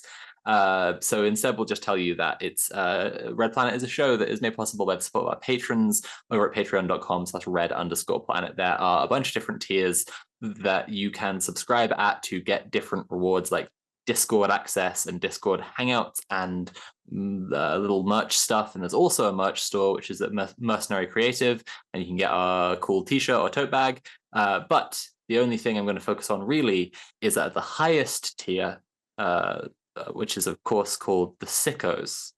You get this reward, a personal thank you on every episode. So thank you to our Sickos, JBP, Queen Pib, and Risk Inverse. You are so sick, and you make the show possible. You're great. You are the sickest. Better than bloody Bobby Bingo's bingo birthday. Sorry, it's like a tick. Okay. I just literally so sorry. Where can we find more of Bobby Bing, DJ Mule online? Yeah. So I've been thinking about this recently. I'm probably going to be putting out like a quick bit on corporate pride because I've had so much dealings with like Manchester Pride of late, and it's really fucking radicalized me as if I couldn't get any more radicalized, just particularly against corporate pride. So I'm planning on doing like an old school legacy mule video where I've not written a script and I just chat rubbish in front of the mic for a bit and then just chop it up and put that out, just because I don't really have the time to be writing scripts at the moment because I've got so much fucking work on with the union and and other stuff. So that's what I'm planning on doing at the moment. Check me out on YouTube. It's DJ MUEL on YouTube. I'm sure if you search that, you'll find one of the hundreds of thousands of videos about me from people who think I'm the worst person in the world. If you just sift through those, you'll find my actual channel eventually. You can support me on Patreon as well. Patreon.com/DJ Mule, DJ MUEL. That's really tickled Soph. It's true. It's because it's true. Get at me on Patreon. You can give me money on there. That's always appreciated. Although I do have a job now, which is something that people also like to joke about, even though that job is pretty easy and I get paid a lot of money to do it. So that's good. Yes, the job search is going well. I've had a job for a while and it's very good for those of you who are asking consistently. That's me. Soph, what about you? You can find all my stuff at Linktree. My Linktree is linktree.ee/Sophie from Mars. I am working on videos again. I am going to be putting out new videos soon. My financial situation is really fucking precarious. I've been getting help from friends for my rent and bills and food and medicine for months now, after doing full-service sex work to survive for the first half of this year after my income collapsed. And I would like to improve my financial situation. So if you want to support my work, if you want to see those new videos early, if you want to just send me some money directly through my PayPal tip link, you can do that all on linktree.ee/Sophie from Mars. As I mentioned earlier, I'm working on a big project about the mad and the mentally ill. The essay is going to be called The Mad and the Mentally Ill. But first, I'm doing something a little philosophical fancy called The Endings Machine, Technology and Teleology. And I've got something in the pipeline about Serviceman Bushnell and martyrdom in activist spaces. I'm working on something about Star Trek Deep Space Nine. I've got loads of stuff that I'm working on that'll be coming out through the rest of this year and into the start of next year that I currently know about, and more stuff will occur to me that I want to talk about, because you know me, I just fucking go on and on. Speaking of me going on and on, I want to wrap it up and just say linktree.ee/Sophie from Mars. Please help me to survive. And instead, now, Tim, tell me, Tim. Well, you can find me on YouTube and Twitch as Conquest of Dread, or you can jump over to Twitter or Blue Sky and find me as Dread Conquest. I'm like never on Blue Sky. I log on there like once every 2 months and like fire off a quick skeet and then disappear. But if you're, as well as all that stuff, I also have been working on a tabletop RPG. If you're into that kind of thing, if you're into tabletop RPGs, dark dystopian capitalist hellscapes, you can look up on Twitter Dark RPG 2000. It's almost ready to release, just waiting on a couple things now. But you can see a little bit about what it's about. Check it out. Hopefully you like it. Cool. So yeah, that's me for this week. That's it for the stream. Do we have it lined up for next time yet? Have we got? Not yet. No. Not yet, but we're hopefully going to be having a guest in the next episode. Also, next episode, not next episode, but the week after, we're going to be recording Sophie and Mule talk at Tim about Deep Space Nine for 5 hours. So look forward to that as a Patreon bonus. It will be 5 hours. Yeah, it will definitely be 5 hours. In the meantime, we'll all see you next week. Bye. Yeah, cool. Oh, see you later.